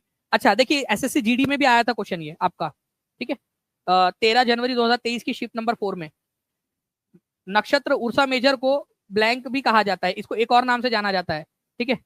ये क्वेश्चन आप लोगों के लिए एक नया क्वेश्चन है। इसको क्या कहा जाता है, इसको बिग बियर कॉन्स्टिलेशन भी कहा जाता है, ठीक है, ठीक है, बिग बियर या ग्रेट बियर, बिग बियर या ग्रेट बियर के नाम से भी इसको जाना जाता है, ठीक है। ये एक एक्स्ट्रा क्वेश्चन था जो आप लोगों को मैंने यहाँ पर मैं बता दिया है। इसको बिग बियर कॉन्स्टिलेशन या ग्रेट बियर कॉन्स्टिलेशन के नाम से भी इसको जानते हैं, ठीक है, ओके। चलिए नेक्स्ट क्वेश्चन की तरफ में हम लोग आगे बढ़ते हैं फ्रेंड्स। यहाँ पर में आप लोगों को इसका आंसर करना है, विविधता में कौन सा योगदान करते हैं। अब जो बच्चा ध्यान से पढ़ेगा वो इसका आंसर कर पाएगा। कौन विविधता में योगदान करते हैं, जल्दी बताइए इसका आंसर क्या होगा। और कमेंट के अंदर में स्पीड में आंसर करेंगे आप लोग, कौन से कारक विविधता में योगदान करते हैं। क्या बात है फ्रेंड, 1250 के करीब करीब लाइक्स आप लोगों ने कर दिए, बहुत बहुत शुक्रिया, ठीक है। तो विविधता में योगदान करते हैं रिलीजन, कास्ट सिस्टम, लैंग्वेज, भेदभाव। देखो भेदभाव जो है विविधता में योगदान नहीं करते, कास्ट सिस्टम भी योगदान नहीं करता। अलग अलग धर्म के लोग रहेंगे, अलग अलग भाषा बोलेंगे तो विविधता में योगदान करेंगे। तो 1 और 3 आंसर हो जाएगा। तो 1 और 3 आप लोगों का दिया ऑप्शन नंबर बी में। जब मैंने क्वेश्चन आपसे पूछा था, ठीक है, अभी क्लास में, उस समय में मैंने आपसे बोला था कौन नहीं करता है, और अब हम लोगों ने यहाँ पर मैं कर दिया कि कौन करता है। तो जो बच्चा पूरा लेक्चर देखेगा उसका आंसर सही आएगा। कितने लोग मानते हैं ये चीज को, जितने बच्चे जिन्होंने पूरा लेक्चर देखा और अब उनको समझ में आ गया ये चीज, हाथ ऊपर कर देंगे एक बार। चलिए नाउ फ्रेंड नेक्स्ट पॉइंट की तरफ मैं आगे बढ़ते, इसका आंसर ऑप्शन नंबर बी हो जाएगा, कौन करते हैं। कास्ट सिस्टम और डिस्क्रिमिनेशन नहीं करता, ये पूरा समझाया मैंने आपको। नेक्स्ट क्वेश्चन, निम्नलिखित में से कौन ब्रिटिश भारत में नील की खेती की एक प्रणाली थी। नील की खेती उगाने के 2 प्रकार थे, मैंने आपको ऐसे करके बताया था, याद है आपको। नील की खेती करने के 2 प्रकार, एक था आप लोगों का निज सिस्टम और एक था आप लोगों का रियोती सिस्टम। रियोती सिस्टम मतलब किसानों को कॉन्ट्रैक्ट पर खेती करवाना, और निज सिस्टम मतलब खुद खेती करना अपने अपने खेत में। तो निज सिस्टम, चलो दोनों लिख दो, नील की खेती करने के दो दो सिस्टम कौन कौन से थे, निज और रेयोती। रेयोती मतलब किसानों को एग्रीमेंट करके उनसे खेती करवाना, और निज मतलब खुद की जमीन पर खेती करना, ठीक है। और रेती मतलब किसानों के साथ कॉन्ट्रैक्ट करके खेती करवाना। इंडिगो कल्टीवेशन या नील की खेती के दो प्रकार, निज और रेती, ठीक है। सतत व्यापक मूल्यांकन शामिल है, ठीक है। ये आपका 2000 दिसंबर 2019 में, ठीक है, 2019 का क्वेश्चन, जल्दी बताइए। R10 आप लोगों का।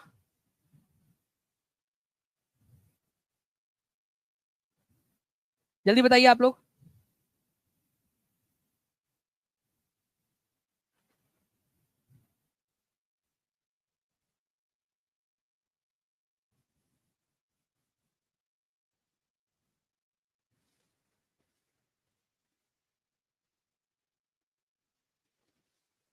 बहुत बढ़िया। देखिए फ्रेंड्स, आप लोगों का सतत और व्यापक मूल्यांकन जो है, अगर मैं आप लोगों से पूछूं तो इसका ईयर एक बार फिर से लिख दीजिए आप लोग, ताकि हमेशा के लिए याद हो जाए। केवीएस के अंदर में, DSSB के अंदर में आप लोगों से काम आने वाला है ये आप लोगों का। इसके अलावा जो है आप लोगों से ये पूछा जा रहा है, ठीक है, कि इसमें क्या क्या शामिल है। अच्छा, इसका ईयर के साथ साथ में किसने इसको लाया था वो भी आप लिख दोगे, ठीक है। चलिए, तो कंटिन्यूअस एंड कॉम्प्रिहेंसिव इवोल्यूशन की अगर हम लोग बात करें फ्रेंड, तो इसके अंदर में बोथ फॉर्मेटिव और समेटिव असेसमेंट दोनों आ जाता है आप लोगों का, ठीक है। इससे क्या होता है कि आपका डाइवर्स स्ट्रेटेजी जो है, अलग अलग स्ट्रेटेजी जो है आप लोगों की इसके अंदर में आ जाती है। फॉर्मेटिव भी आ जाती है, समेटिव भी आ जाती है, इसके अंदर में असेसमेंट की दोनों टेक्निक आ जाती है, ताकि बच्चे का आप लोग अच्छे से मूल्यांकन कर सके, ठीक है। तो फॉर्मेटिव और समेटिव दोनों को देखो। सतत और व्यापक मूल्यांकन का मतलब है व्यापक स्तर पर, कॉम्प्रिहेंसिव स्तर पे जो बच्चे का आप लोग आकलन कर सकते हो वो सब कर लो, ठीक है। उसको ऑब्जर्व करो, उसके अंदर में इंप्रूवमेंट लाओ, जो भी तरीका हो सकता है हर तरीका अपनाओ यहाँ पर में, ठीक है। तो ये एक आपका है। तो सतत और व्यापक मूल्यांकन 2019 का क्वेश्चन आपका। फॉर्मेटिव और समेटिव दोनों असेसमेंट उसके अंदर में आते हैं, ताकि आप वाइड वेराइटी ऑफ स्ट्रेटेजी का इस्तेमाल कर सके बच्चे की जांच करने के लिए, बच्चे के विकास के अंदर में हर वह संभव चीज आपको करनी है जो आप कर सकते हो। वेरी गुड किरण पांडे, सीबीएसई ने 2009 के अंदर में इसको लेकर आया था, बहुत बढ़िया, ठीक है। चलिए, एक क्वेश्चन जो है फ्रेंड्स एक्स्ट्रा आप लोगों का, ठीक है, प्रीवियस ईयर का क्वेश्चन आपका, ये आप लोग बताएंगे मुझे कमेंट करके, इसको भी मैं कवर करने वाला हूँ आप लोगों के लिए, ठीक है, ताकि आप लोग जो है इसका इस तरीके के सभी क्वेश्चन को आप लोग इससे अवगत हो सके। इस क्वेश्चन का भी आंसर कर देंगे आप सभी लोग। हर रोज 5 बजे जो है फ्रेंड्स आप लोगों की क्लास होने वाली है, ओके। हर रोज 5 बजे टीचिंग परीक्षा के यूट्यूब चैनल के ऊपर में, और इसकी पीडीएफ कहाँ मिलेंगी सब कुछ मैं आपको बता देता हूँ, ठीक है। ये क्वेश्चन का आंसर तो आप लोग कर दोगे कमेंट के अंदर में, सभी के सभी बच्चे, ओके। अब मैं आपको बताता हूँ कि कैसे आप लोगों ने करना है। जितने भी बच्चे नए हैं मैं आपको बता दूं, ठीक है, अगर आप लोगों ने अभी तक फॉर्म नहीं भरा है क्रैश कोर्स के अंदर में, एनरोलमेंट होने का फ्री ऑफ कॉस्ट है, आप भर दीजिए इसके अंदर में। बहुत ही सिंपल है, ये वीडियो मान लीजिए आप लोग देख रहे हो, तो सीटेट दिसंबर 2024 क्रैश कोर्स लिंक, इसके ऊपर में जैसे ही क्लिक करोगे आप लोग एक फॉर्म खुलेगा, ठीक है। इस फॉर्म को आप लोगों ने फिल कर देना है, टीम आपको बैकएंड से ऐड कर देंगी उसमें। जो भी बच्चा इस कोर्स में एनरोल रहेगा और अगर वो 140 प्लस स्कोर करता है, तो टीचिंग परीक्षा की तरफ से उसको लैपटॉप भी मिलेगा, ताकि बाकी के बच्चे उसको देखकर और ज्यादा मोटिवेट हो, ठीक है। और साथ ही साथ फ्रेंड्स आप लोगों का जो है प्रिपरेशन अच्छी हो जाएंगी, तो आगे के एग्जाम में भी आप लोगों को काम आएगा, है ना। तो ये चीज आप लोग ध्यान रखिए कि आप लोगों ने फॉर्म भर देना है। नीचे में डिस्क्रिप्शन में लिंक दी गई है, सभी के सभी बच्चे फॉर्म जरूर भर दे, क्योंकि वहां पर मैं आपको अच्छा, अभी जैसे ये वीडियो खत्म होगा जल्दी से जाइए, जिन बच्चों जो बच्चे ऐड हो चुके हैं, वो बच्चे, जिन बच्चों ने कल फॉर्म भर चुके थे वो ऐड हो चुके होंगे, और जो बच्चे अभी फॉर्म भरेंगे अगले 15 मिनट में, 20 मिनट के अंदर में, ठीक है, उन सभी बच्चों को ऐड कर दिया जाएगा अभी तुरंत में, ठीक है, 20-25 मिनट के अंदर में। वो लोग भी टेस्ट दे सकते हैं। इस पूरी क्लास की पीडीएफ भी आपको मिल जाएंगी वहां पर में पढ़ने के लिए, ताकि आप लोग पीडीएफ पढ़ सके अच्छे से। आपको मॉक टेस्ट भी मिलेंगी आगे में जाकर, यूनिट टेस्ट मिलेंगी जैसे जैसे हम लोग आगे बढ़ेंगे, ठीक है। हर हफ्ते आपकी टेस्ट होंगी, तो ये भी आपको याद रखना है। तो फॉर्म भर दीजिएगा सभी लोग, और टीचिंग परीक्षा के साथ में जुड़े रहिए। हर रोज 5 बजे आपकी एसएसटी की क्लास होंगी। सीडीबी की क्लास जो है कब आप लोगों की, अगर जैसे आपको दीपाली मैम 11 बजे लेती है, हिंदी की क्लास 12 बजे होती है आप लोगों की, अलग अलग क्लासेस आपकी चल रही है। साइंस की क्लास होती है सुबह 10 बजे, जो भी आप ईवीएस की क्लास होती है आप लोगों की 4 बजे। तो इन क्लासेस के अलावा अगर आप चाहते हो कि मैं भी आपको सीडीबी पढ़ा दूं, तो आप बताइएगा कि कौन सा सूटेबल समय है आप लोगों के लिए जिसमें आप लोग पढ़ना चाहते हो, ठीक है। सेशन को लाइक करने के साथ में फ्रेंड चैनल को सब्सक्राइब कर लीजिएगा, जहां भी शेयर कर सकते हो शेयर जरूर कर देना, ठीक है। और इन क्वेश्चंस में से कितने रिवीजन के क्वेश्चन सही हुए वो मुझे कमेंट में बता देना, ठीक है। और टेस्ट में कितना स्कोर आया वो भी आप बता दोगे, ओके। चलो, thank you very much friends, take care and bye, God bless you all. आप सभी को बहुत बहुत शुक्रिया, आप सभी लोगों का। मिलते हैं कल 5 बजे, डॉट 5 बजे का अलार्म लगा के रख लीजिए आप लोग, ताकि आप लोग आ सके, ठीक है।